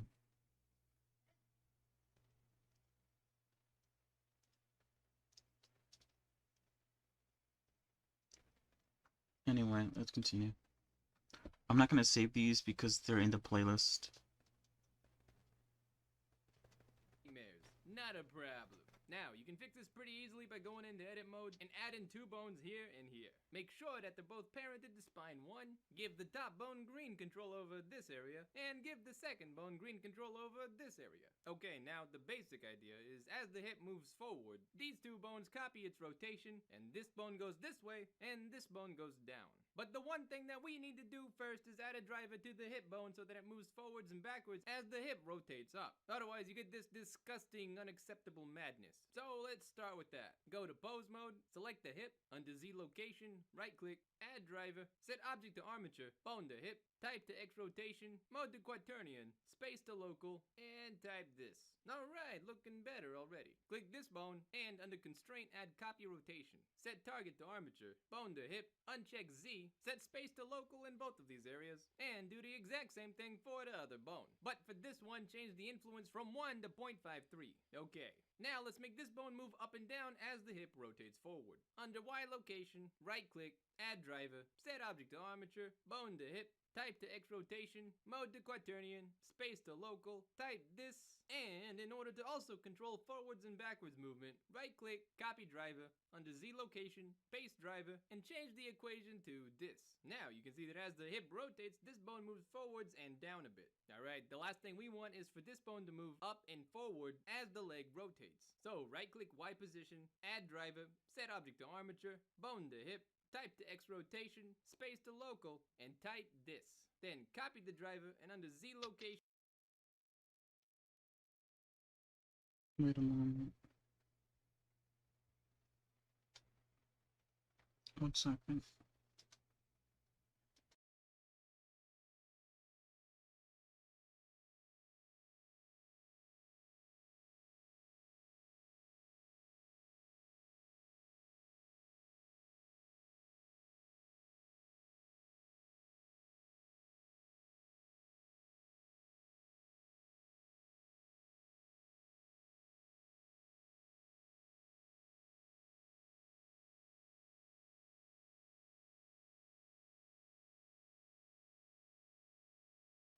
Alright, sorry, I thought it was for me. It was not for me. Let's continue. Paste it, and change the equation to this. And you're done. And now you can see that most of your problems have been fixed. The 0.0025 just means it'll never go behind this point when the leg moves back. The 0.09 means that it will never go farther than here when it's moving forward. And 0.1 is how fast it reaches these limits. Hope that helps. If you enjoyed this video, please don't forget to like, subscribe, and ring that bell. Hope you have a fantastic day, and I'll see you around. Interesting.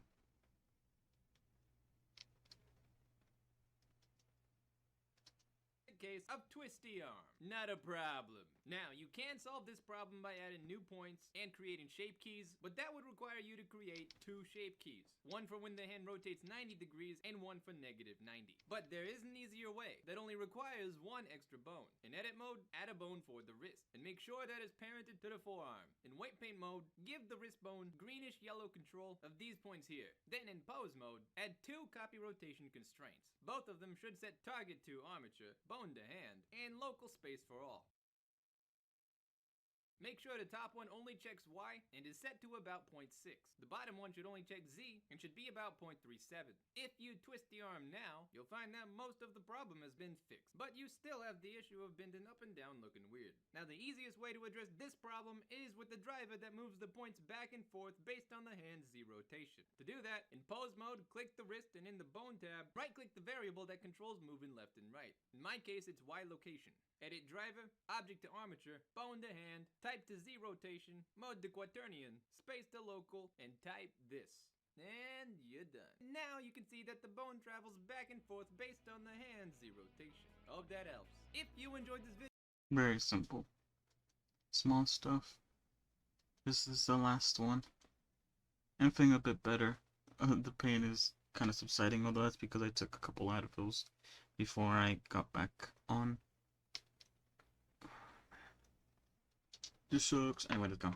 except when you bend down the elbows. Not a problem. In edit mode, click the bicep, shift D to duplicate, press enter, and make it a little smaller than the original. Name it, Control C to copy the name, and make sure it's parented to the bicep. Go to object mode, click the mesh, go to vertex groups, find your bicep, double click, and Control V to replace it with the name of your new control bone. Once you do this, you'll notice that the weight paint from the bicep has moved to our new bone. Now for the driver. Most rigs will look fine when you bend the arms forward, backwards, up and down, but where most of them fall apart is when you try to move the elbow forward and down. An easy way to fix this is by rotating the correction bone during these poses. The trigger should activate when the arms are rotated forward and rotated down. In other words, both situations have to be true. The correction bones shouldn't rotate if they're only bending down, and they also shouldn't rotate if they're only bending forward. It needs to bend forward and down at the same time. So basically, we are gonna have two triggers: the biceps X rotation and the biceps Z rotation. And the value we're gonna control is our bone's Y rotation. To set this up, click the new bone, and under Y rotation, right click, add driver, set object to armature. Under bone, click your bicep, set type to X rotation, mode to quaternion, and space to local. Okay, the first trigger is set. Time to set the second.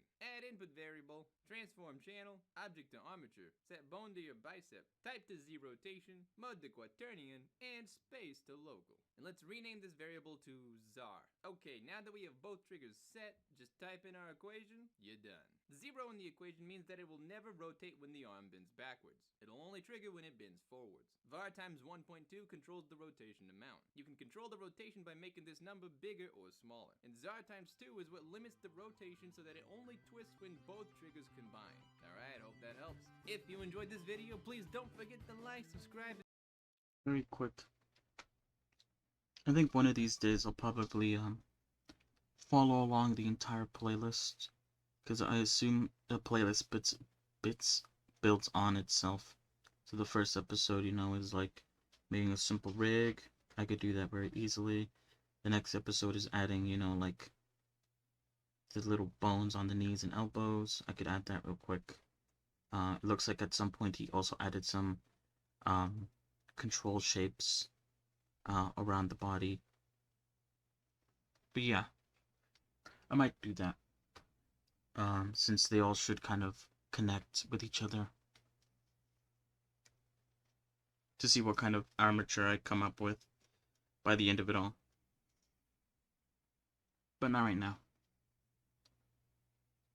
And I don't know if I'm going to do it anytime soon, because there is 80 Zen videos, and although most of them are quite short, I'll probably be pausing a whole bunch, to sort of make sure that everything that I do is correct, and that nothing that I do is wrong. And that's it for today.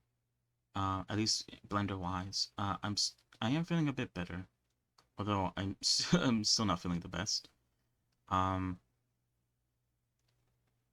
But I think I'm feeling decent enough than I was a bit ago, like 5 minutes ago.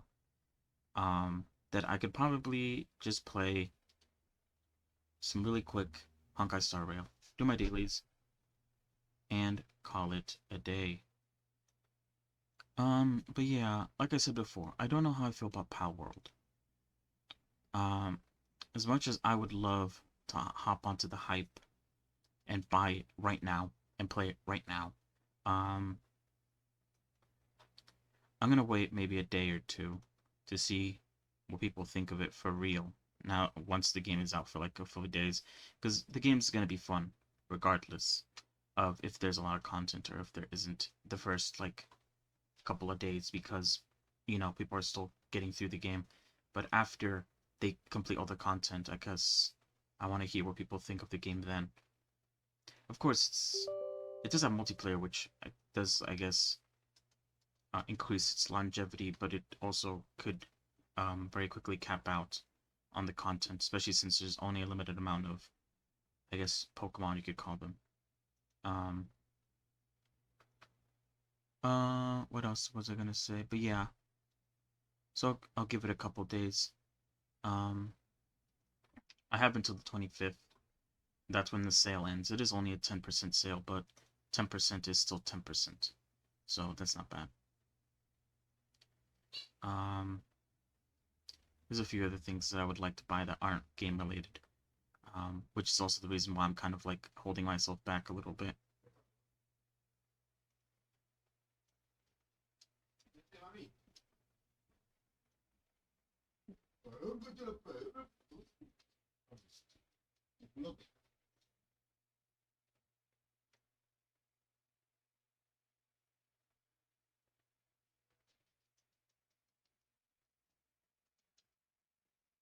What else was I gonna say?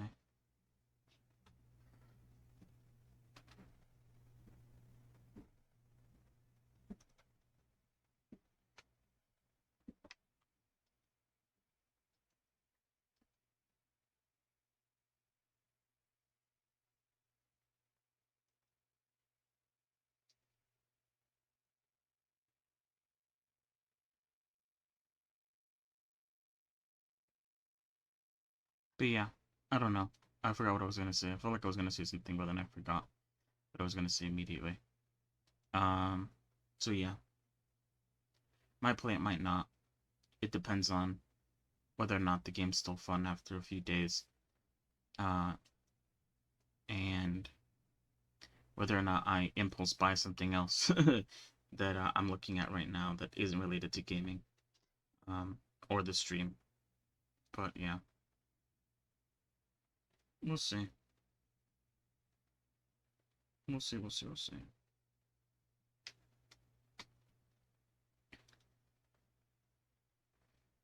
Oh yeah, I guess I was gonna mention, um, I might get it 100% if I could get some friends to play it with. Though the fact that it was $30 means that the chances of me getting friends to play it with are probably very low. Especially since right now we're having a lot of fun with Fortnite. Um, so I don't know if I wanna introduce another game to take us away from that, since we seem to be enjoying ourselves there. There's no reason to switch things up if the fun is still there. With Lethal Company, it felt like the fun was kind of, at least for me, going away. Not because the game got, I guess you could say the game got boring, but it isn't like, um, that isn't to besmirch the good name of Lethal Company. It's an insanely good game, and you should 100% get it if you haven't. It's just lacking on content, which it's only one person working on it, so I don't expect much. From his Twitter, I believe he said the next update's gonna be pretty big. But I believe he said he's also done with programming it in January, which is actually kind of crazy because there's like a couple more weeks left in January. So it's gonna take a while for it to come out. I hope that he, I don't know. It's difficult to say. I was gonna say I hope he can get some people to work with him on the game to hopefully bring out updates faster, but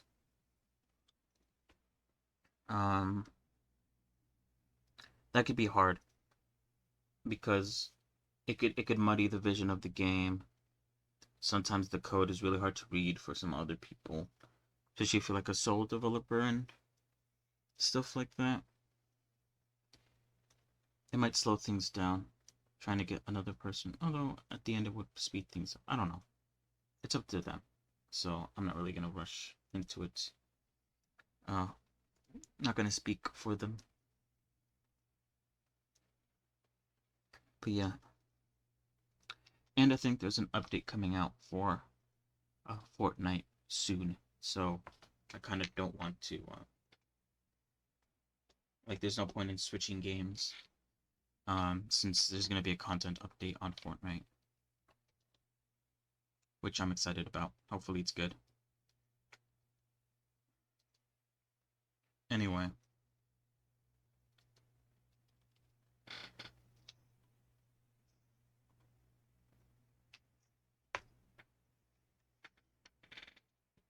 all right. So a couple days ago, I think what we're doing is we are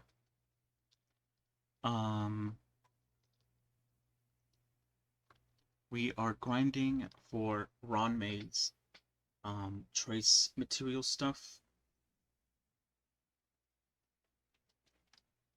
I think I did most of this stuff. Yeah. That's what we're doing right now. I could skip it and maybe go grind for artifacts for some of the other characters. Hold on, he sneeze.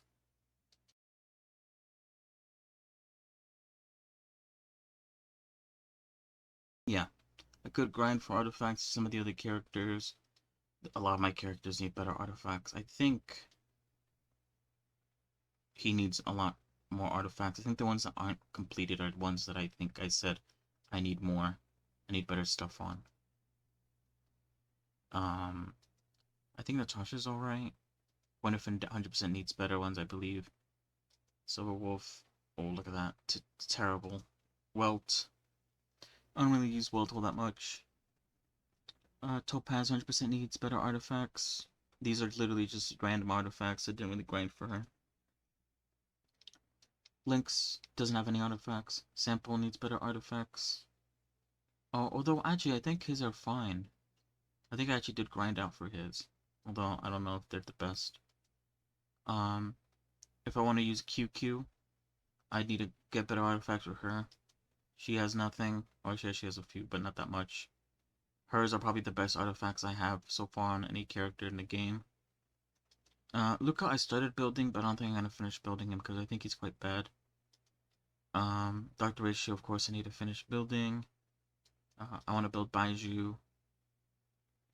I don't have a lot of supports built. Like, I should probably build, like, Ting Yun and Pella and Yukong 100%. I'm very, I guess, like, damage-oriented, so I don't have a lot of utility upgraded, which is 100% my fault, and I should probably do something about it. And the start of it is Ron May. Okay. So yeah, let's upgrade her traces. Oh, she got some speed up? Oh, shit. Oh, but it's just 3. It's fine. Oh, I didn't actually check her break effect. Her break effect's gonna go up from what it is right now, which is good.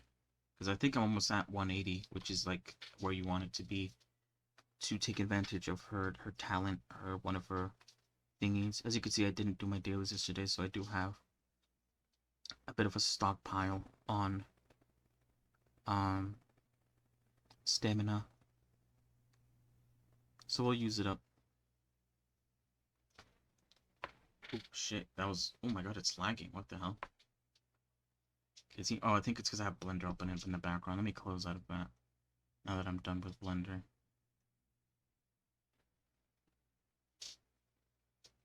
But yeah, I guess I could talk about some other stuff. I don't really have much to talk about, really. Rigging, it's going fine. It's going good. I'm learning a bunch of stuff. Rigify has been good.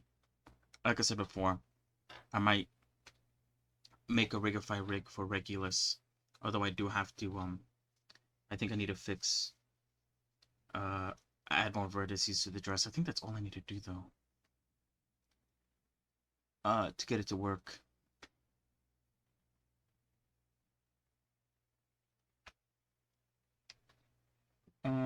What else?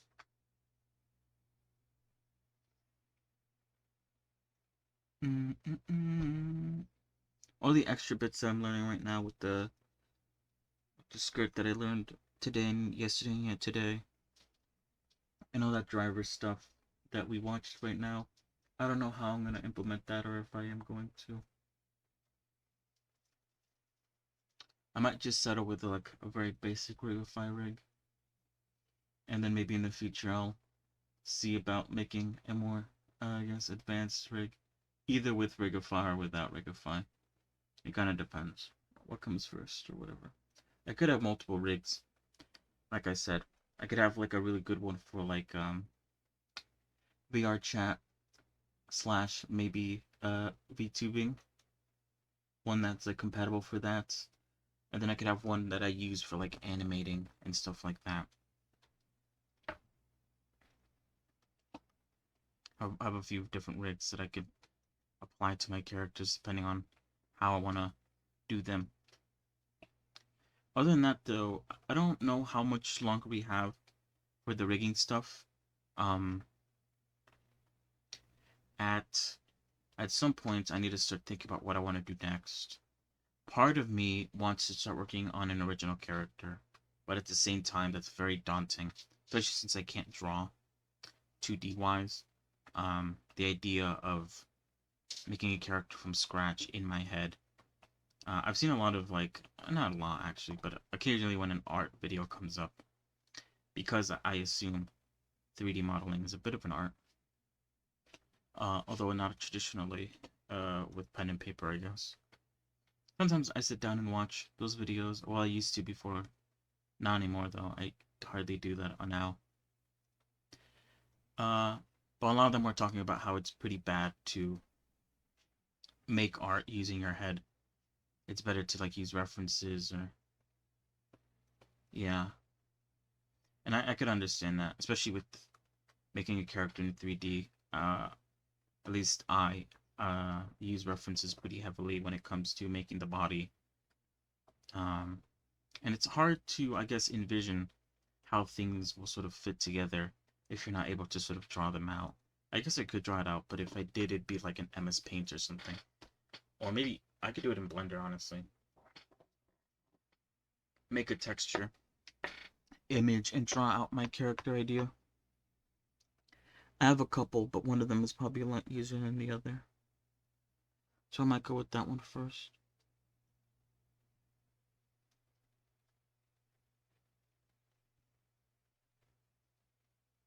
Either way.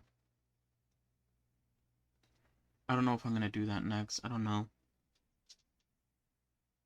It's a very, I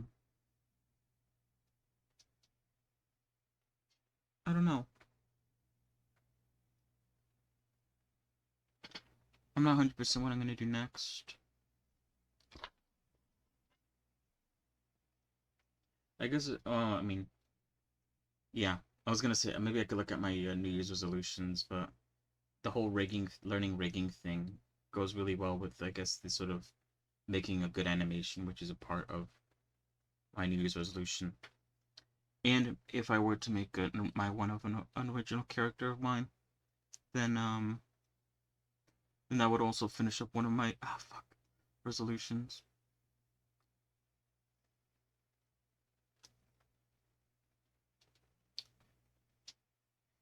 But yeah, I'm trying to think what else I could do.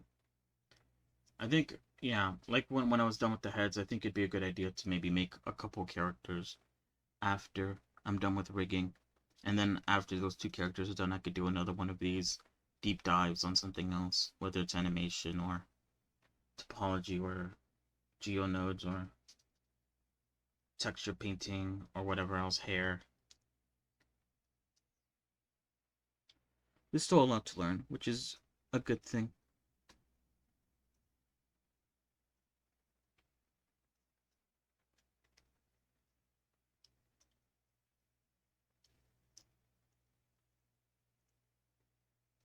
I do also want to focus a little bit on, I guess, my channel. And with the whole, I guess, also the VTubing part of my New Year's resolution, as well as I guess also the entertainment value of my streams, as part of my New Year's resolution stuff as well. I haven't really taken the time to look at Motion Studio that much. I did say the other day that they added 3D model compatibility, which I believe lets you upload VRM files into the game, which I believe usually you'd have to go through the Unity SDK, but now you could just do it manually straight from the game and not really needing to download the SDK or Unity. At least that's what I assume. But yeah, I don't know what I'm gonna do with that. I talked about this a little bit ago about like I guess what my sort of theme is, because I feel like most VTubers have like a theme when it comes to not only their model but also the environment around them. They usually have like a bit of a room, and also like their starting screen looks like has the same aesthetic as everything else. Their ending screen, their emotes and stuff, maybe stuff like that. Their alerts, they follow a theme. And so I was trying to think of a theme. I talked about this already. I brought up the games that I was trying to make a while ago, and how they were a bit cryptid inspired, and I could potentially use that as a theme for my channel. Even though, like I said, I'm not. Just because I was trying to make games inspired by like cryptozoology and stuff like that doesn't mean I'm actually like interested in it in any way. I like the idea. I guess usually when it comes to like sort of I guess like anime or games, I like the idea of like characters having like different I guess abilities, being a part of a team. Even though I wasn't really a big fan of superhero movies, which I guess is the same thing. I'm trying to find a good example. But when I think about that, I think of like old Stickman animations. Usually when it comes to Stickman animations, each Stickman is like color coded to a different color, and they each have like an ability that makes them different from all the other Stickmen. That's usually how I think about when I make my characters. Like what's a unique factor that I could add to this character. And I also do kind of think of characters kind of like as abilities of like, oh, if this was a character, then like what could they do? Like what kind of ability would they have? What kind of personality would they have? And I think about that a lot sometimes. When it comes to sort of like the characters that I've thought of making. Um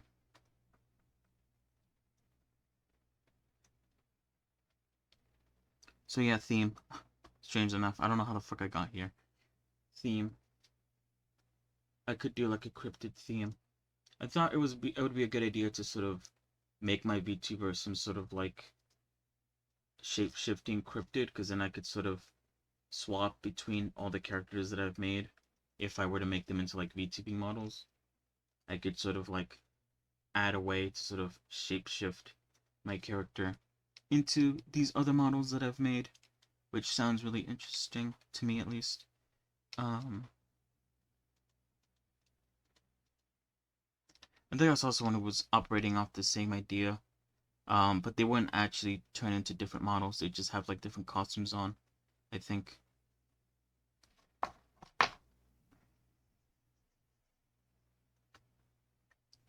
But then that would require me to think of a monster.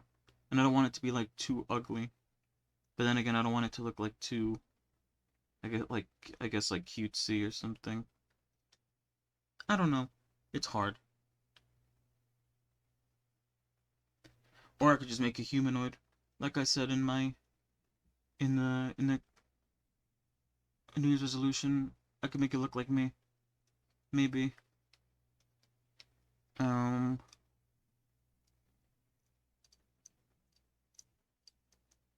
But I guess most VTubers don't really make their VTube model look like them. At least I assume not.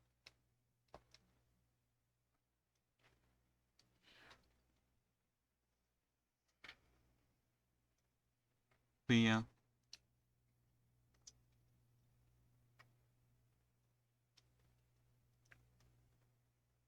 Making characters is hard. It's very time consuming.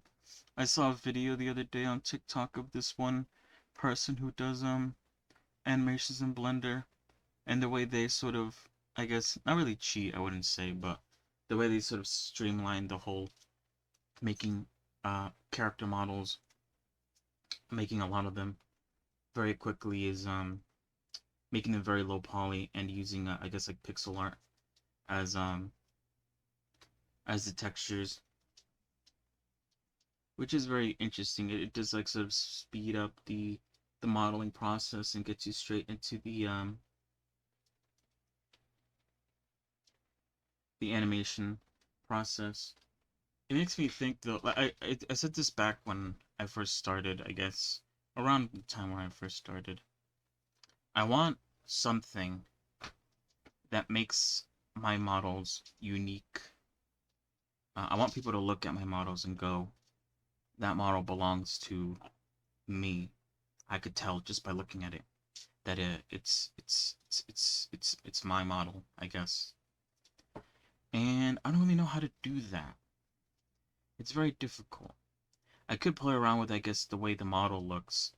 I usually use references from um, anime model sheets.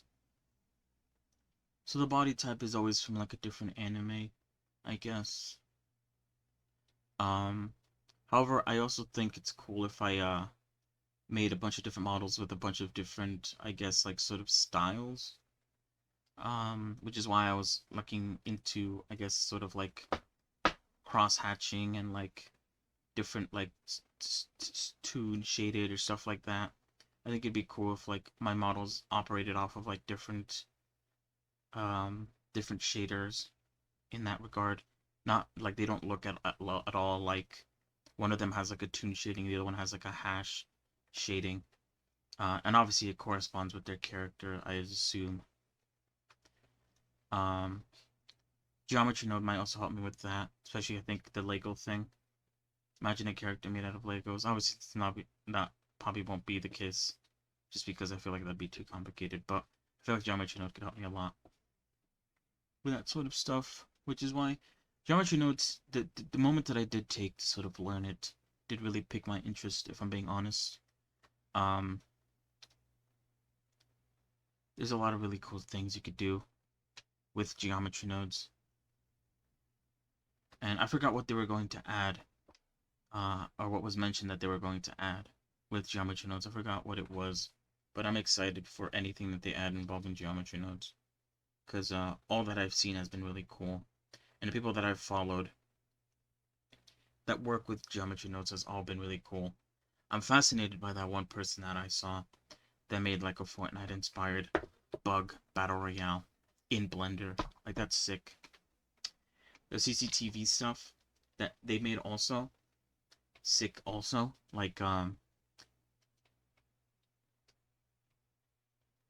yeah, there's like a lot of things you could do with that I've sort of thought of. So it's really cool to see. And that's using like I believe that's using Geometry Nodes too. There's a lot you could do. And there's a lot of fun you could do, which is why I want to get into it a little bit.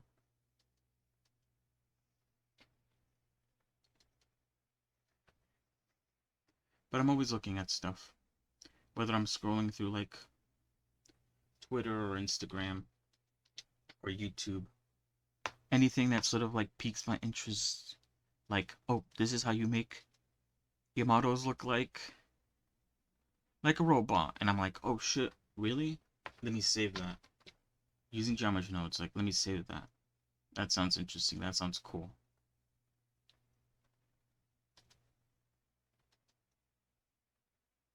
Alright, let's decide some things here.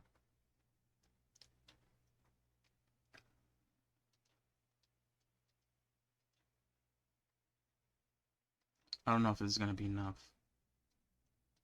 23, that's a lot, but I don't know. They get quite expensive.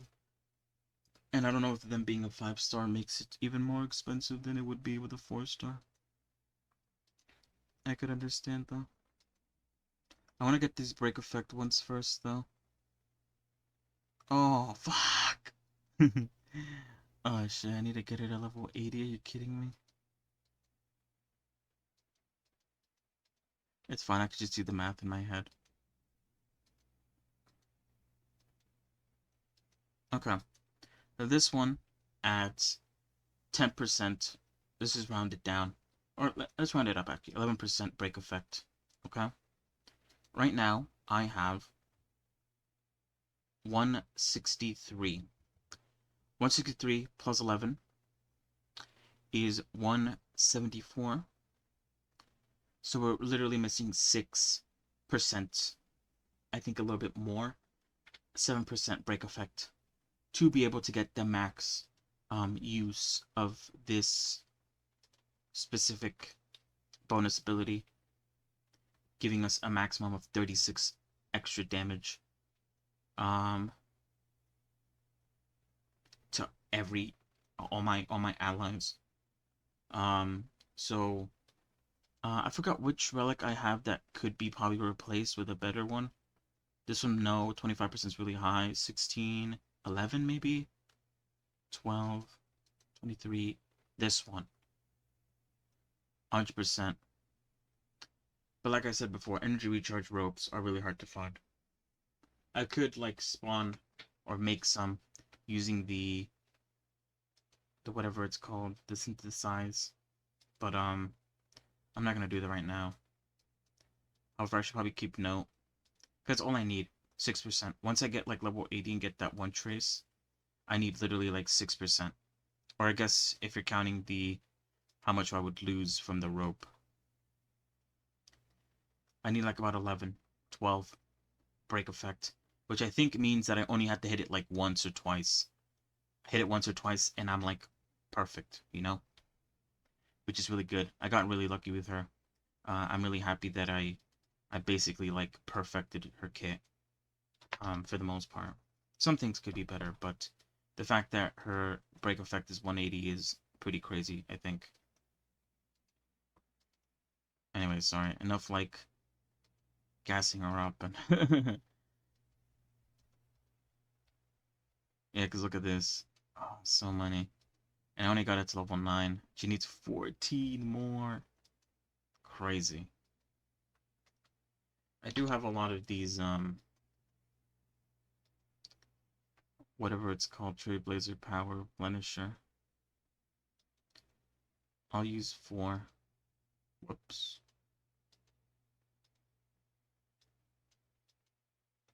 Let's run it again. Run it back.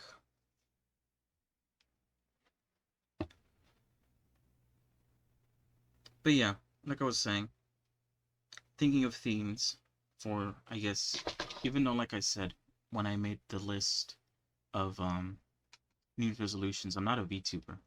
I didn't start the channel because I wanted to be a VTuber. I started it because I wanted to, I don't know, I wanted to work, and being, I guess, watched while working keeps me a little bit accountable.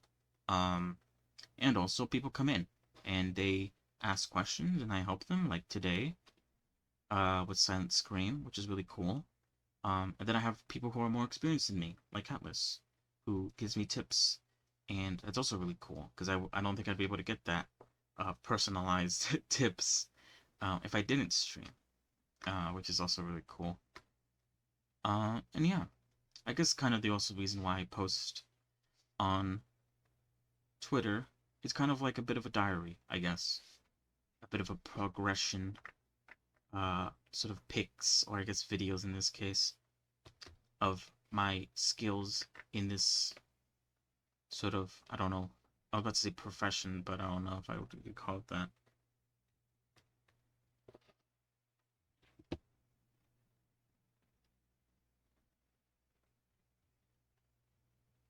Wait, hold on.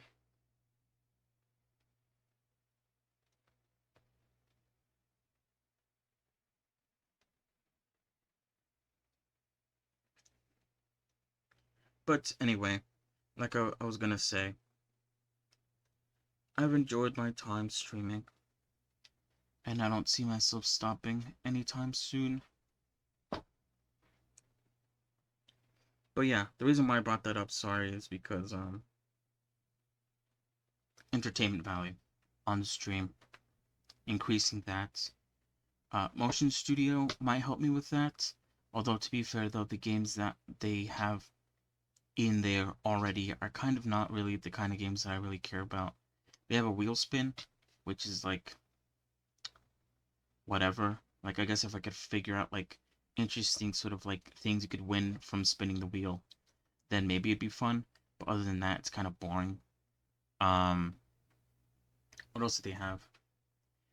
They have like a sort of like chat shoots like a ball at a target game, which I didn't really see how they set that up, but that might be fun actually. Usually like that target gives you rewards as well, but then again, what else? What do I have to reward you guys? Other than like I guess like words of affirmation or whatever.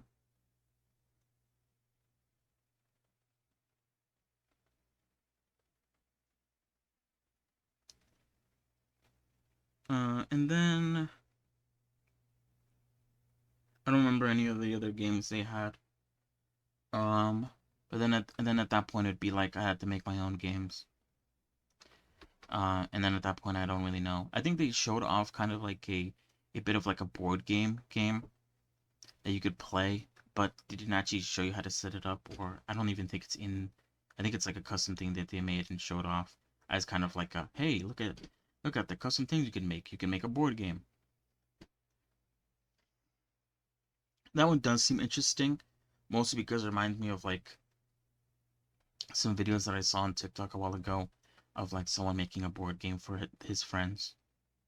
And it was just like a silly, stupid little board game thing, where a bunch of random shit happens and it doesn't really have any sort of specific rules. Obviously the biggest issue with that would be it's a fucking board game, and I assume if I get bigger, there's gonna be like more people playing it, and that'd kind of be hard to manage, especially if I'm doing it like on stream. There's also, I guess, an issue of like the motion studio stuff taking away from what the stream's about, and what the stream's about is Blender.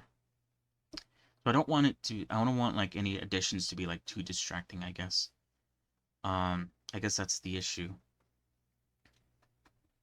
If I make it so that someone can redeem like spin the wheel and it like cuts on screen to like the wheel spinning, then it's kind of like you can't see you can't see you can't see like what I'm working on Blender, and that kind of like is bad. I could put it on like the corner of the screen, but even then though, I feel like Motion Studio is definitely like something that a lot of VR chat I guess streamers do, which is like they load up a room in VR chat and they basically just use like a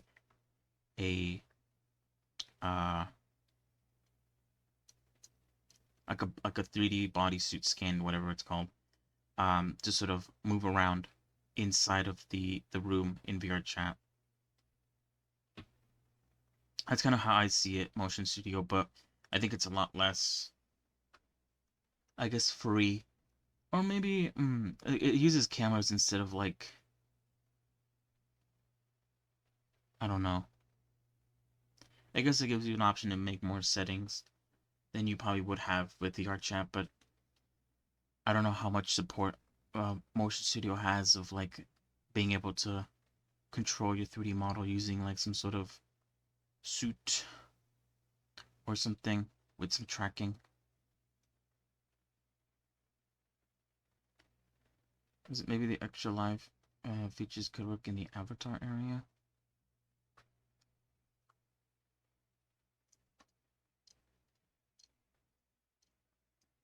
Yeah, that could work. Sorry, you like caught me off guard. I was like, I'm just rambling right now. I didn't think anyone was here. Rambling about random stuff that pops in my mind. But yeah.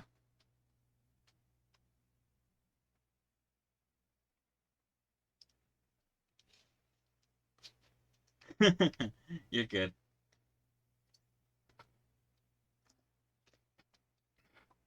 So yeah. I don't even know if I'm gonna even use Motion Studio. because of that fact. Um,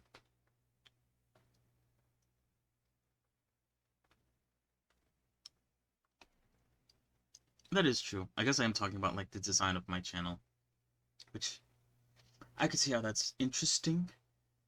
I mean, I'm talking about it, so obviously I find it interesting.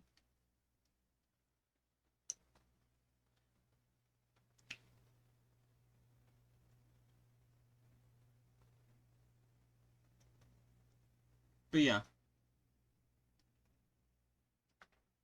it's interesting. What I want to do.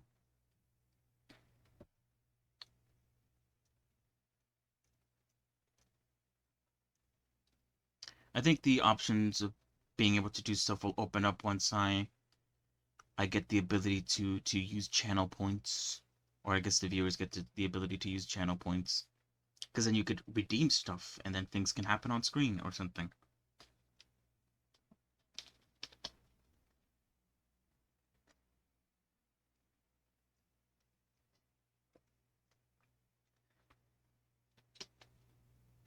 And because I don't have that, the replacement that I use is using commands.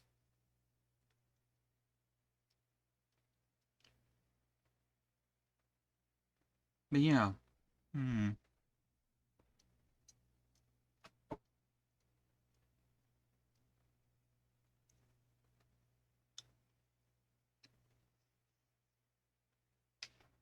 I definitely want more interactivity, I think. And the issue with that is, I guess, learning um how exactly how exactly to control that, I guess. Because I'm putting a mini board game up there for a round, so there's something to explore. Yeah, that does sound fun. That's honestly the only part that kind of interests me when it came to the Motion Studio, I guess, like little video that I saw. The issue with that is, I guess, depending on how many people are here, it could be kind of hard to sort of pay attention to or manage.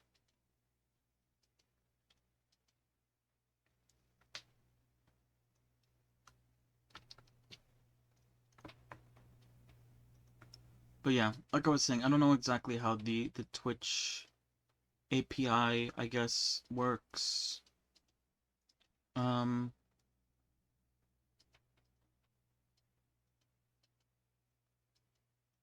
all the point gambling channels. Yeah, maybe I should look at them. Wait, no, what's up?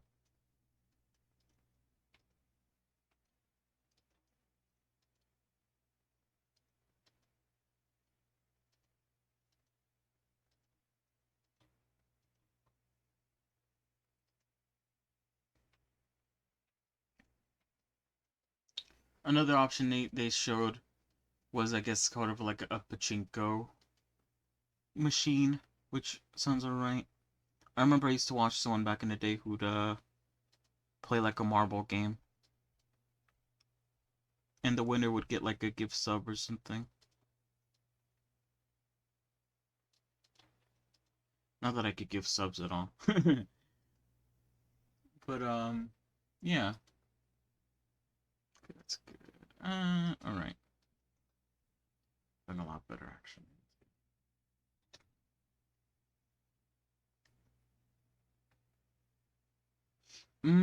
Yeah, Twitch does have some on-screen buttons. I don't really use those being used a lot. I don't think, at least from the people that I watch. Um, Extensions, right? I think that's what they're called. I don't know. I think the only time I saw it being used with when oh god, sorry. Was when Germa did the Dollhouse stream, and you could vote what to do with him. Um, I wonder how that works too. But then that kind of dives into, I guess, the nitty gritty of getting all that to work. Which again, I don't really know how to even start with that. If I need like a bot to sort of handle that.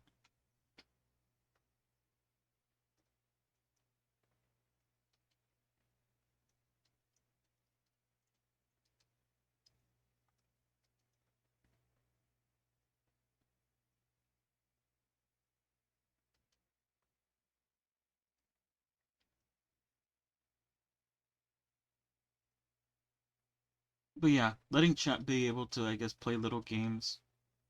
While while I work, Blender sounds like a pretty good way to go, I think. The board game isn't a bad idea.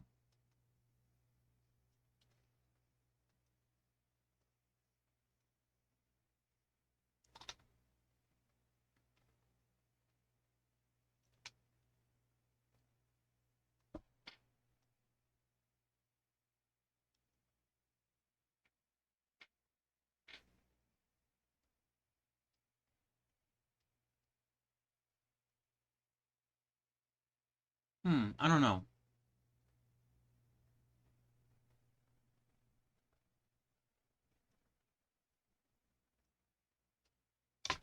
I guess I could do this a few more times.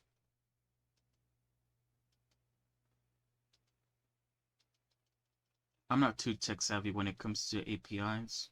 I don't think I've ever used one when I was learning. So I don't really know exactly how the connections work.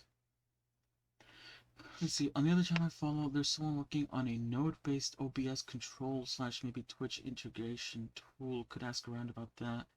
Yeah, that's definitely one thing I have to look at.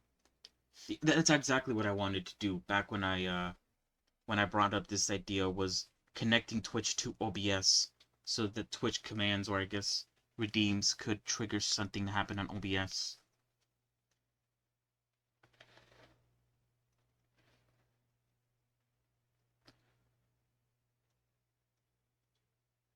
I mean, that's obviously how, like, I guess Twitch plays alerts to OBS. But you use a URL to connect.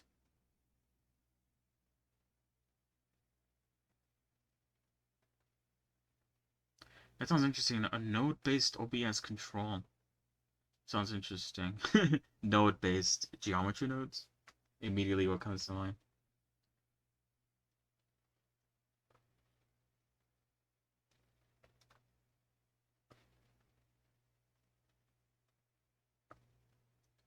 There's a lot of research on what I could do there. I haven't actually had a lot of time to do research recently when it comes to like Motion Studio, or I think I saved a video back in the day when I was looking at making like a Twitch bot. But that only was like the very basic Twitch bot stuff. It wasn't actually like anything crazy. God, where is it? No, it doesn't matter. I think it's either Godot or Unity based. Yeah, it'd either be one of those two, right? I think the video that I saw was it Unity based? I think it was Unity based, or if it wasn't Unity based, it used like Visual Studio to do it.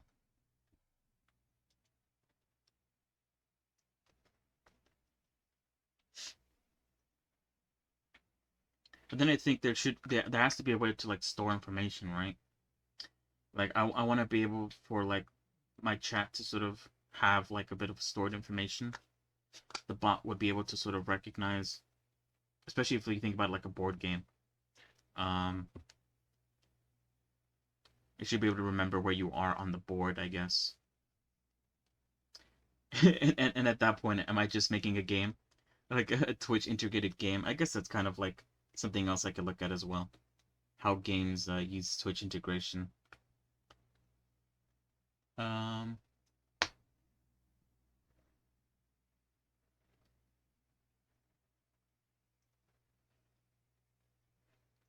because I did talk about like something else that I was looking at a while ago. I wonder if I saved it. Hold on.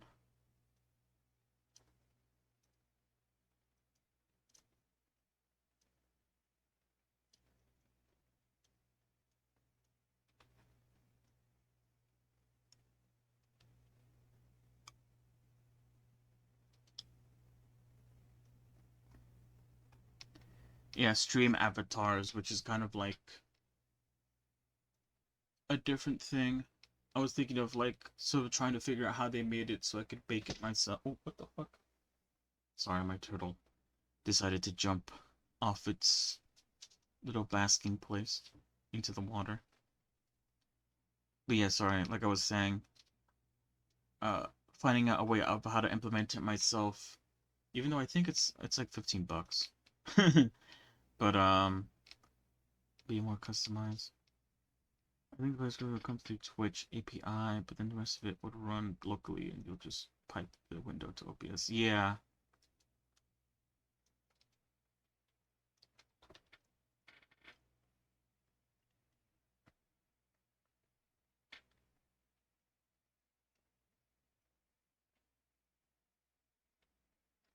Interesting.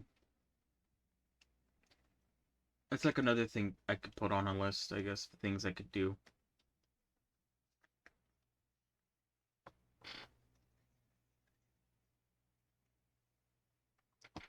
Let's Switch has some more random features. I don't think they do.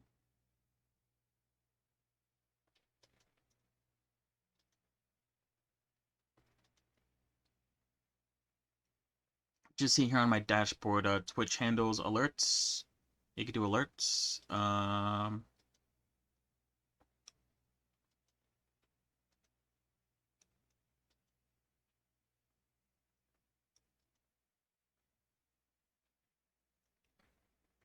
There might be extensions to sort of help out.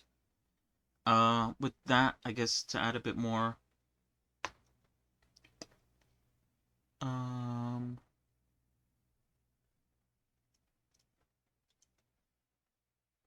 To help out a little bit more with the interactivity.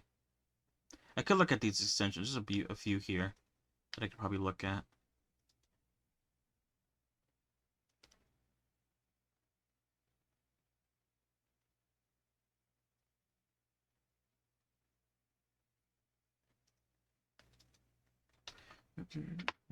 Interaction.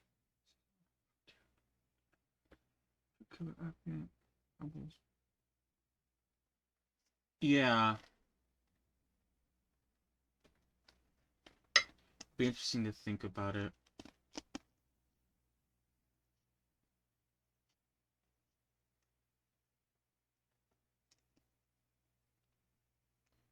Think of some ideas.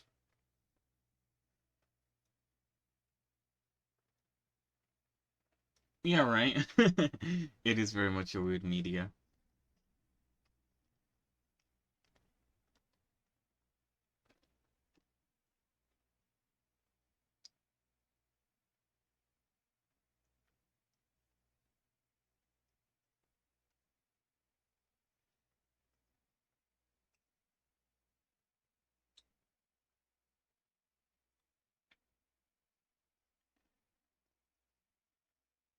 The issue I'm having is, I guess, figure out where to start with all this.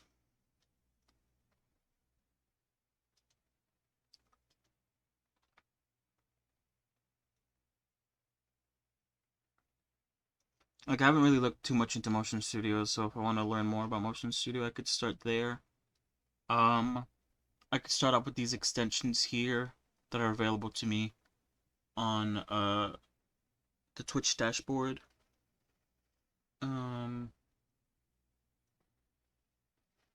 Apart from that, though, I guess I'm gonna have to look up ways of using the Twitch API, playing around with it a bit. The most that I've seen people use is kind of like just writing exclamation mark and then a word when it comes to like Twitch integration, Twitch interaction stuff. Version I have is what value does it add and a different for every stream type. Yeah, that is very much true. Because like I said, I don't want it to take too much away from the normal Blender stuff that I do. But having a bit of interactivity, I think, helps with making the stream less boring to those who do want to watch.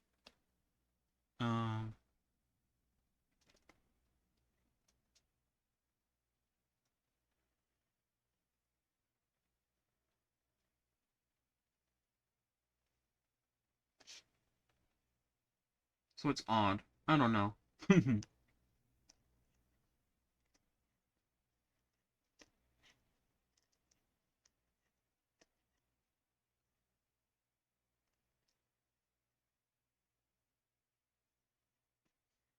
Miko Hertz Trolls.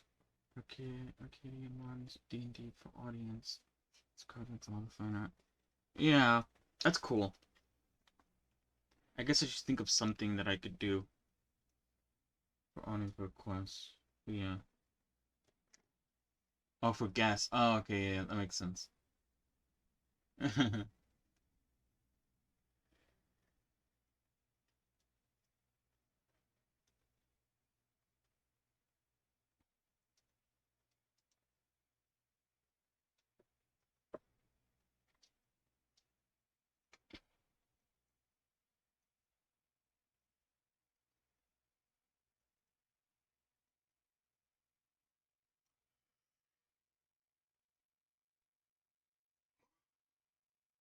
That's pretty cool though. The D&D stuff.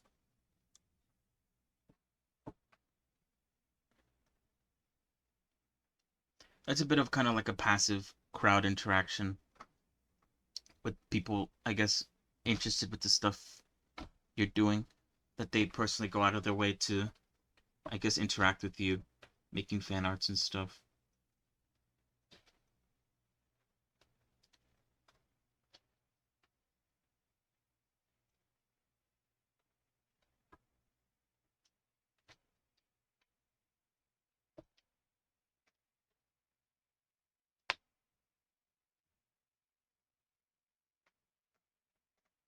Mm. I guess it comes down to what I want from my streams, from my chat.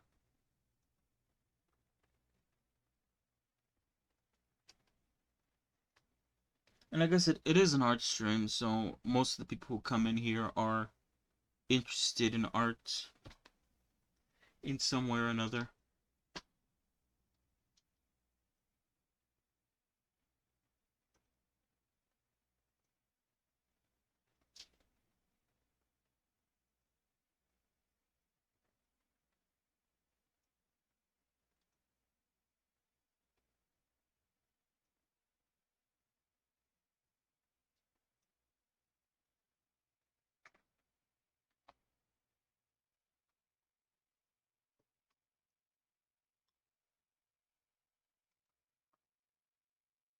But I don't know if it's the right way to sort of go run towards like this sort of art thing.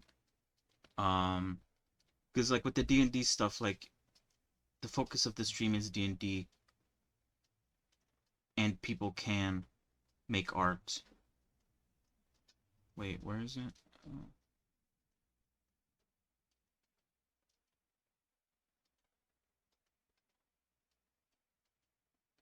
The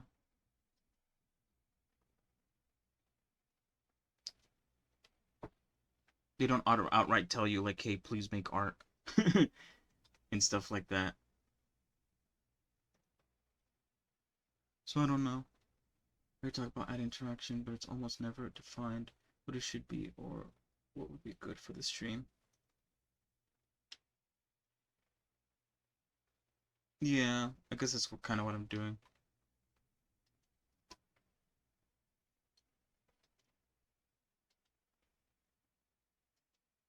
Oh yeah.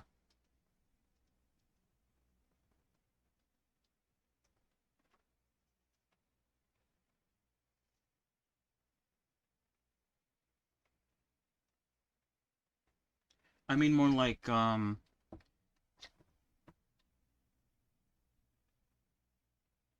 what do I mean by this?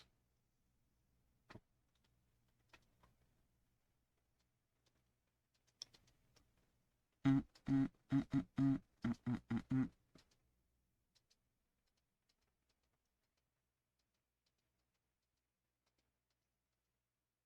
I don't know.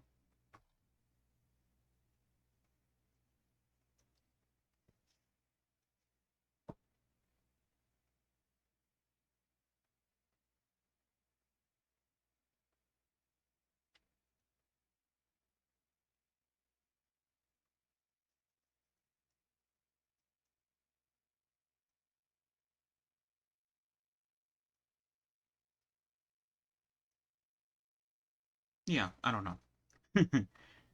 I don't know what I was getting at with that. I think I lost my train of thought. And there's a view camera as well. Yeah.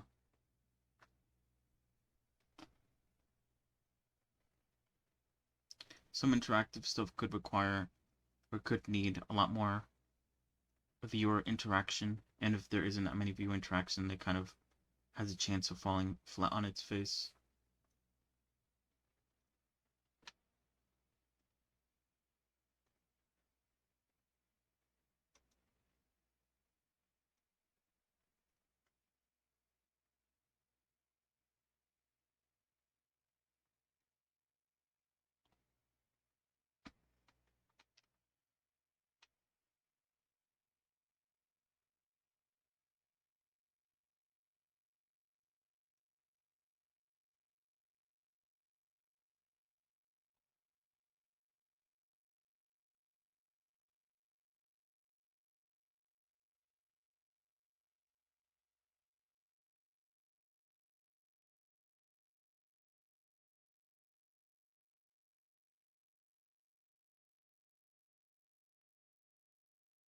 Hmm.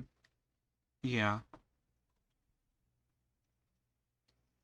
There's a lot to take in, I guess.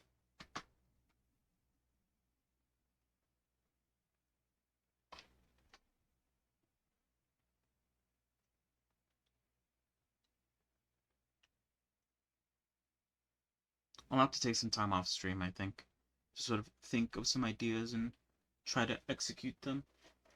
I could also do them on stream, but I don't know how exciting that would be. I feel like the surprise factor of making something off stream is kind of nice.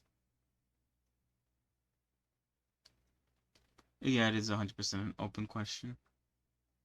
It could go any way.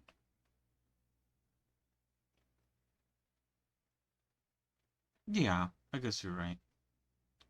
Although it would be kind of like watch me look up stuff that I don't know about kind of stream.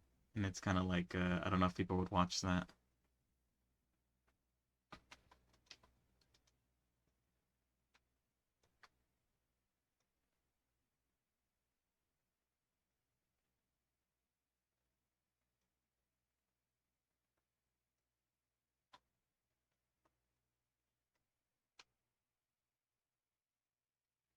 True.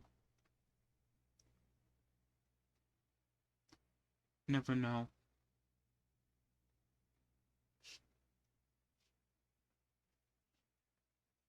Yeah, I'll think about it. There's a lot I can do, I guess. I just have to sort of find what I'm looking for. And I guess get a better idea down on exactly what I want. I'll think about that. I'll ponder that idea.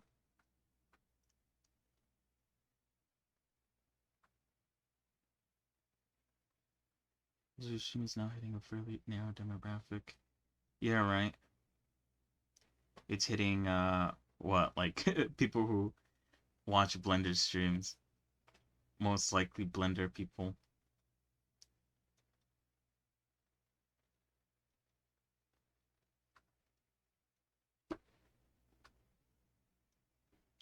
Between learning Blender making models. Oh yeah, I guess you're right about that. That is true. Most people I believe is who will watch that kind of stuff are, I guess, people who are also learning Blender slash people who I guess are also making models.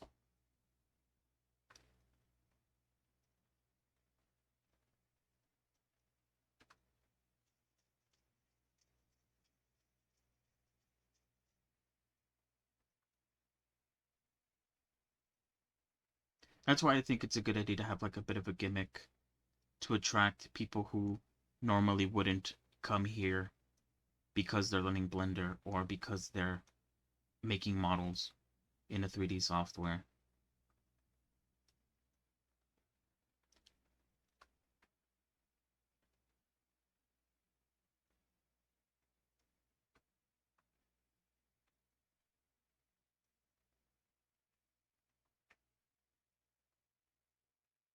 But yeah,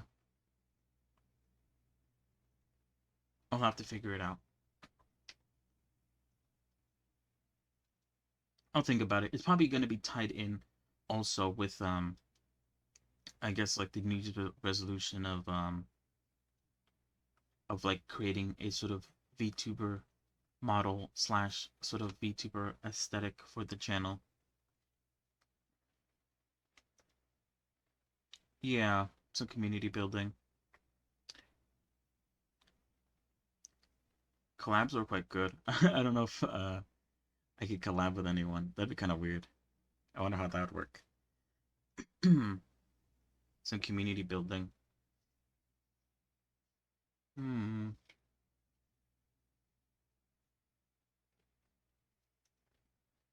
I guess that's where the animation stuff would kick in. With again another New Year's resolution. Posting stuff on TikTok and stuff, which is pretty good for discoverability, from what I've heard.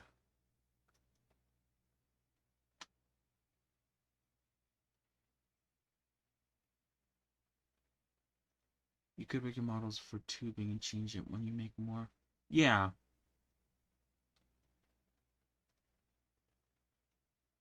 Or keep it on screen occasionally. That wouldn't be a bad idea. Making all my models into tubing models. I could also just like, I guess like give them away for free. Once I do have them rigged up for tubing. Especially since these are not characters that I own. Uh, I could like put them on Gumroad or something. Let people, give people the chance to download them. Yeah, I 100% want to do that. Animate stuff, not only for the BRB and alerts and stuff like that. That also falls under the issue of like, I guess, a VTubing model slash aesthetic. Uh,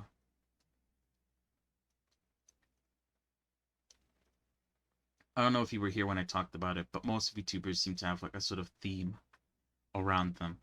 So structuring, I guess, the channel around a certain theme would probably be the best.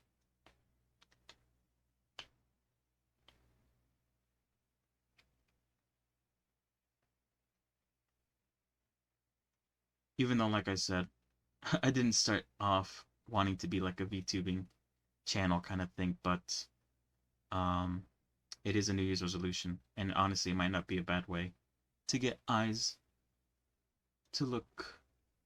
If I can make something that looks nice, cool, whatever.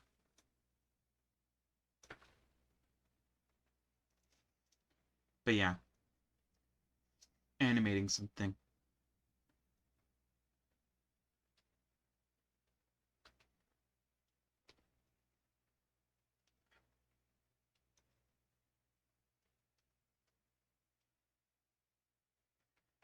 Either way, Valentine's is in a month or so.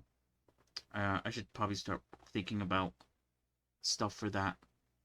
Maybe make some new costumes for the goblin. Maybe make some animations to play on top of a kind of like an overlay, I guess. I need to start brainstorming.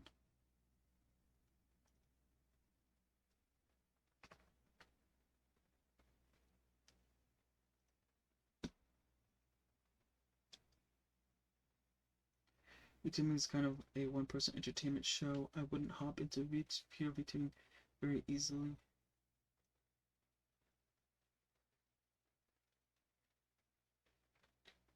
Yeah.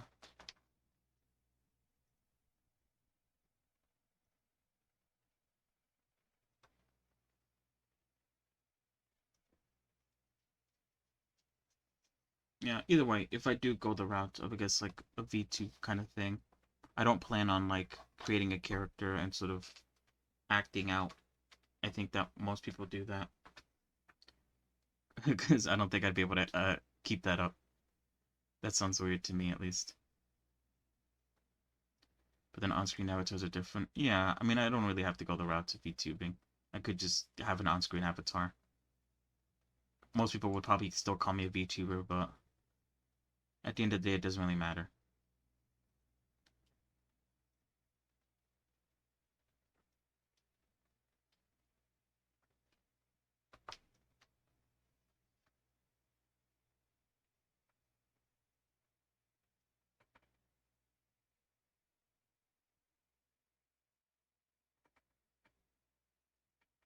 But yeah, I mean, I don't really have anything else to think about. I have a lot of stuff to think about, I mean.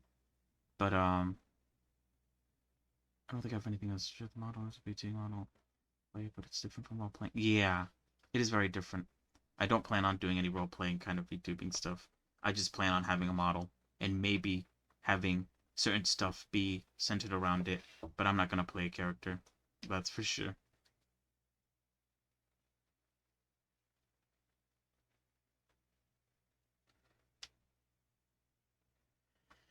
That's too much for me. I'll pass on that. It's not really my thing. I don't think I could pull it off.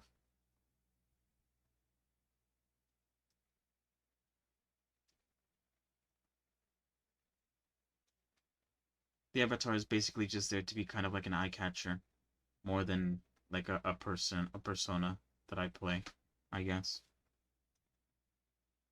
That's the whole reason why the goblin is there. I'm not actually a goblin. Lol.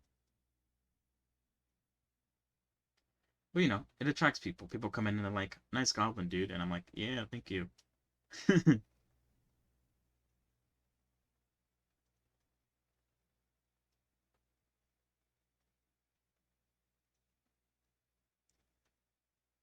Oh, God. All right.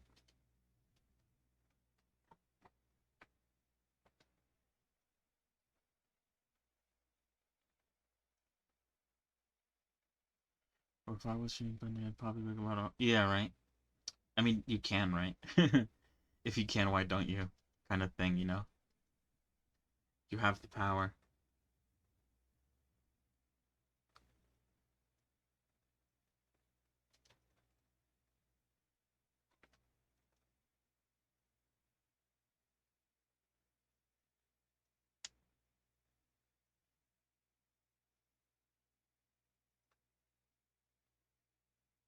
Yeah. It's a showcase. True. It's not a bad way to look at it.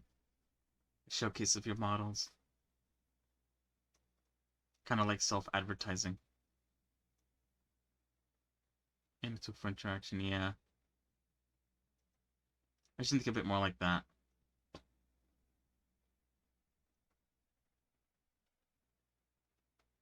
Instead of like a VTubing character kind of thing. I should look at it more like a showcase. Who was it again? I forgot who mentioned this, but they had an idea of like I don't know if who I forgot who it was. Making a room and then putting their models up kind of like action figures on shelves. That's an interesting idea.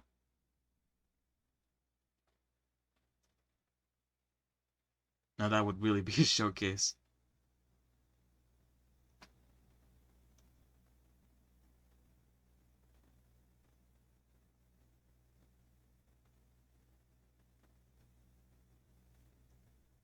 Yeah, right.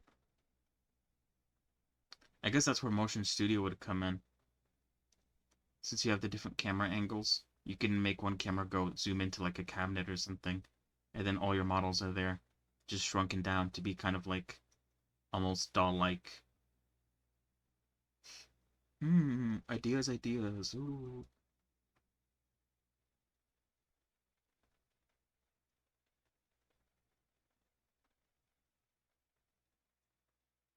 Or have it be like a closet with like clothing. You could like pick out basically like a model and then boom. You could show it off, I guess. I don't know how that would work. That'd be kind of crazy.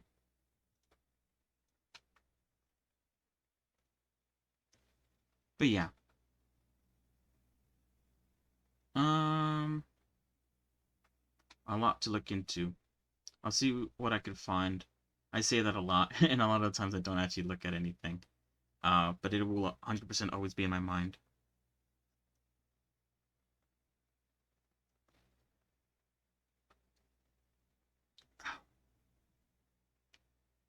But anyway, I'm gonna head out. Thank you for coming along. Thank you for brainstorming with me some design ideas. It's good. to have someone to, I guess, like bounce ideas off of. Otherwise it's just me, just like making shit up.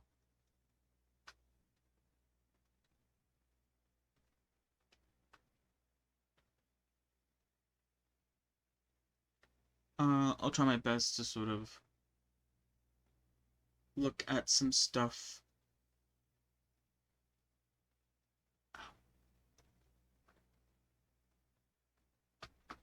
To see what I can do. That's a skill too. But yes.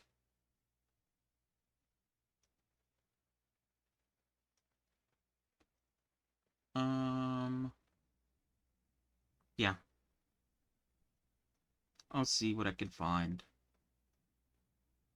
I probably won't mention anything unless I find something that's incredibly interesting, like I guess Motion Studio was to me. But yeah. See ya. Have a good day. Rest of your day. Bye bye.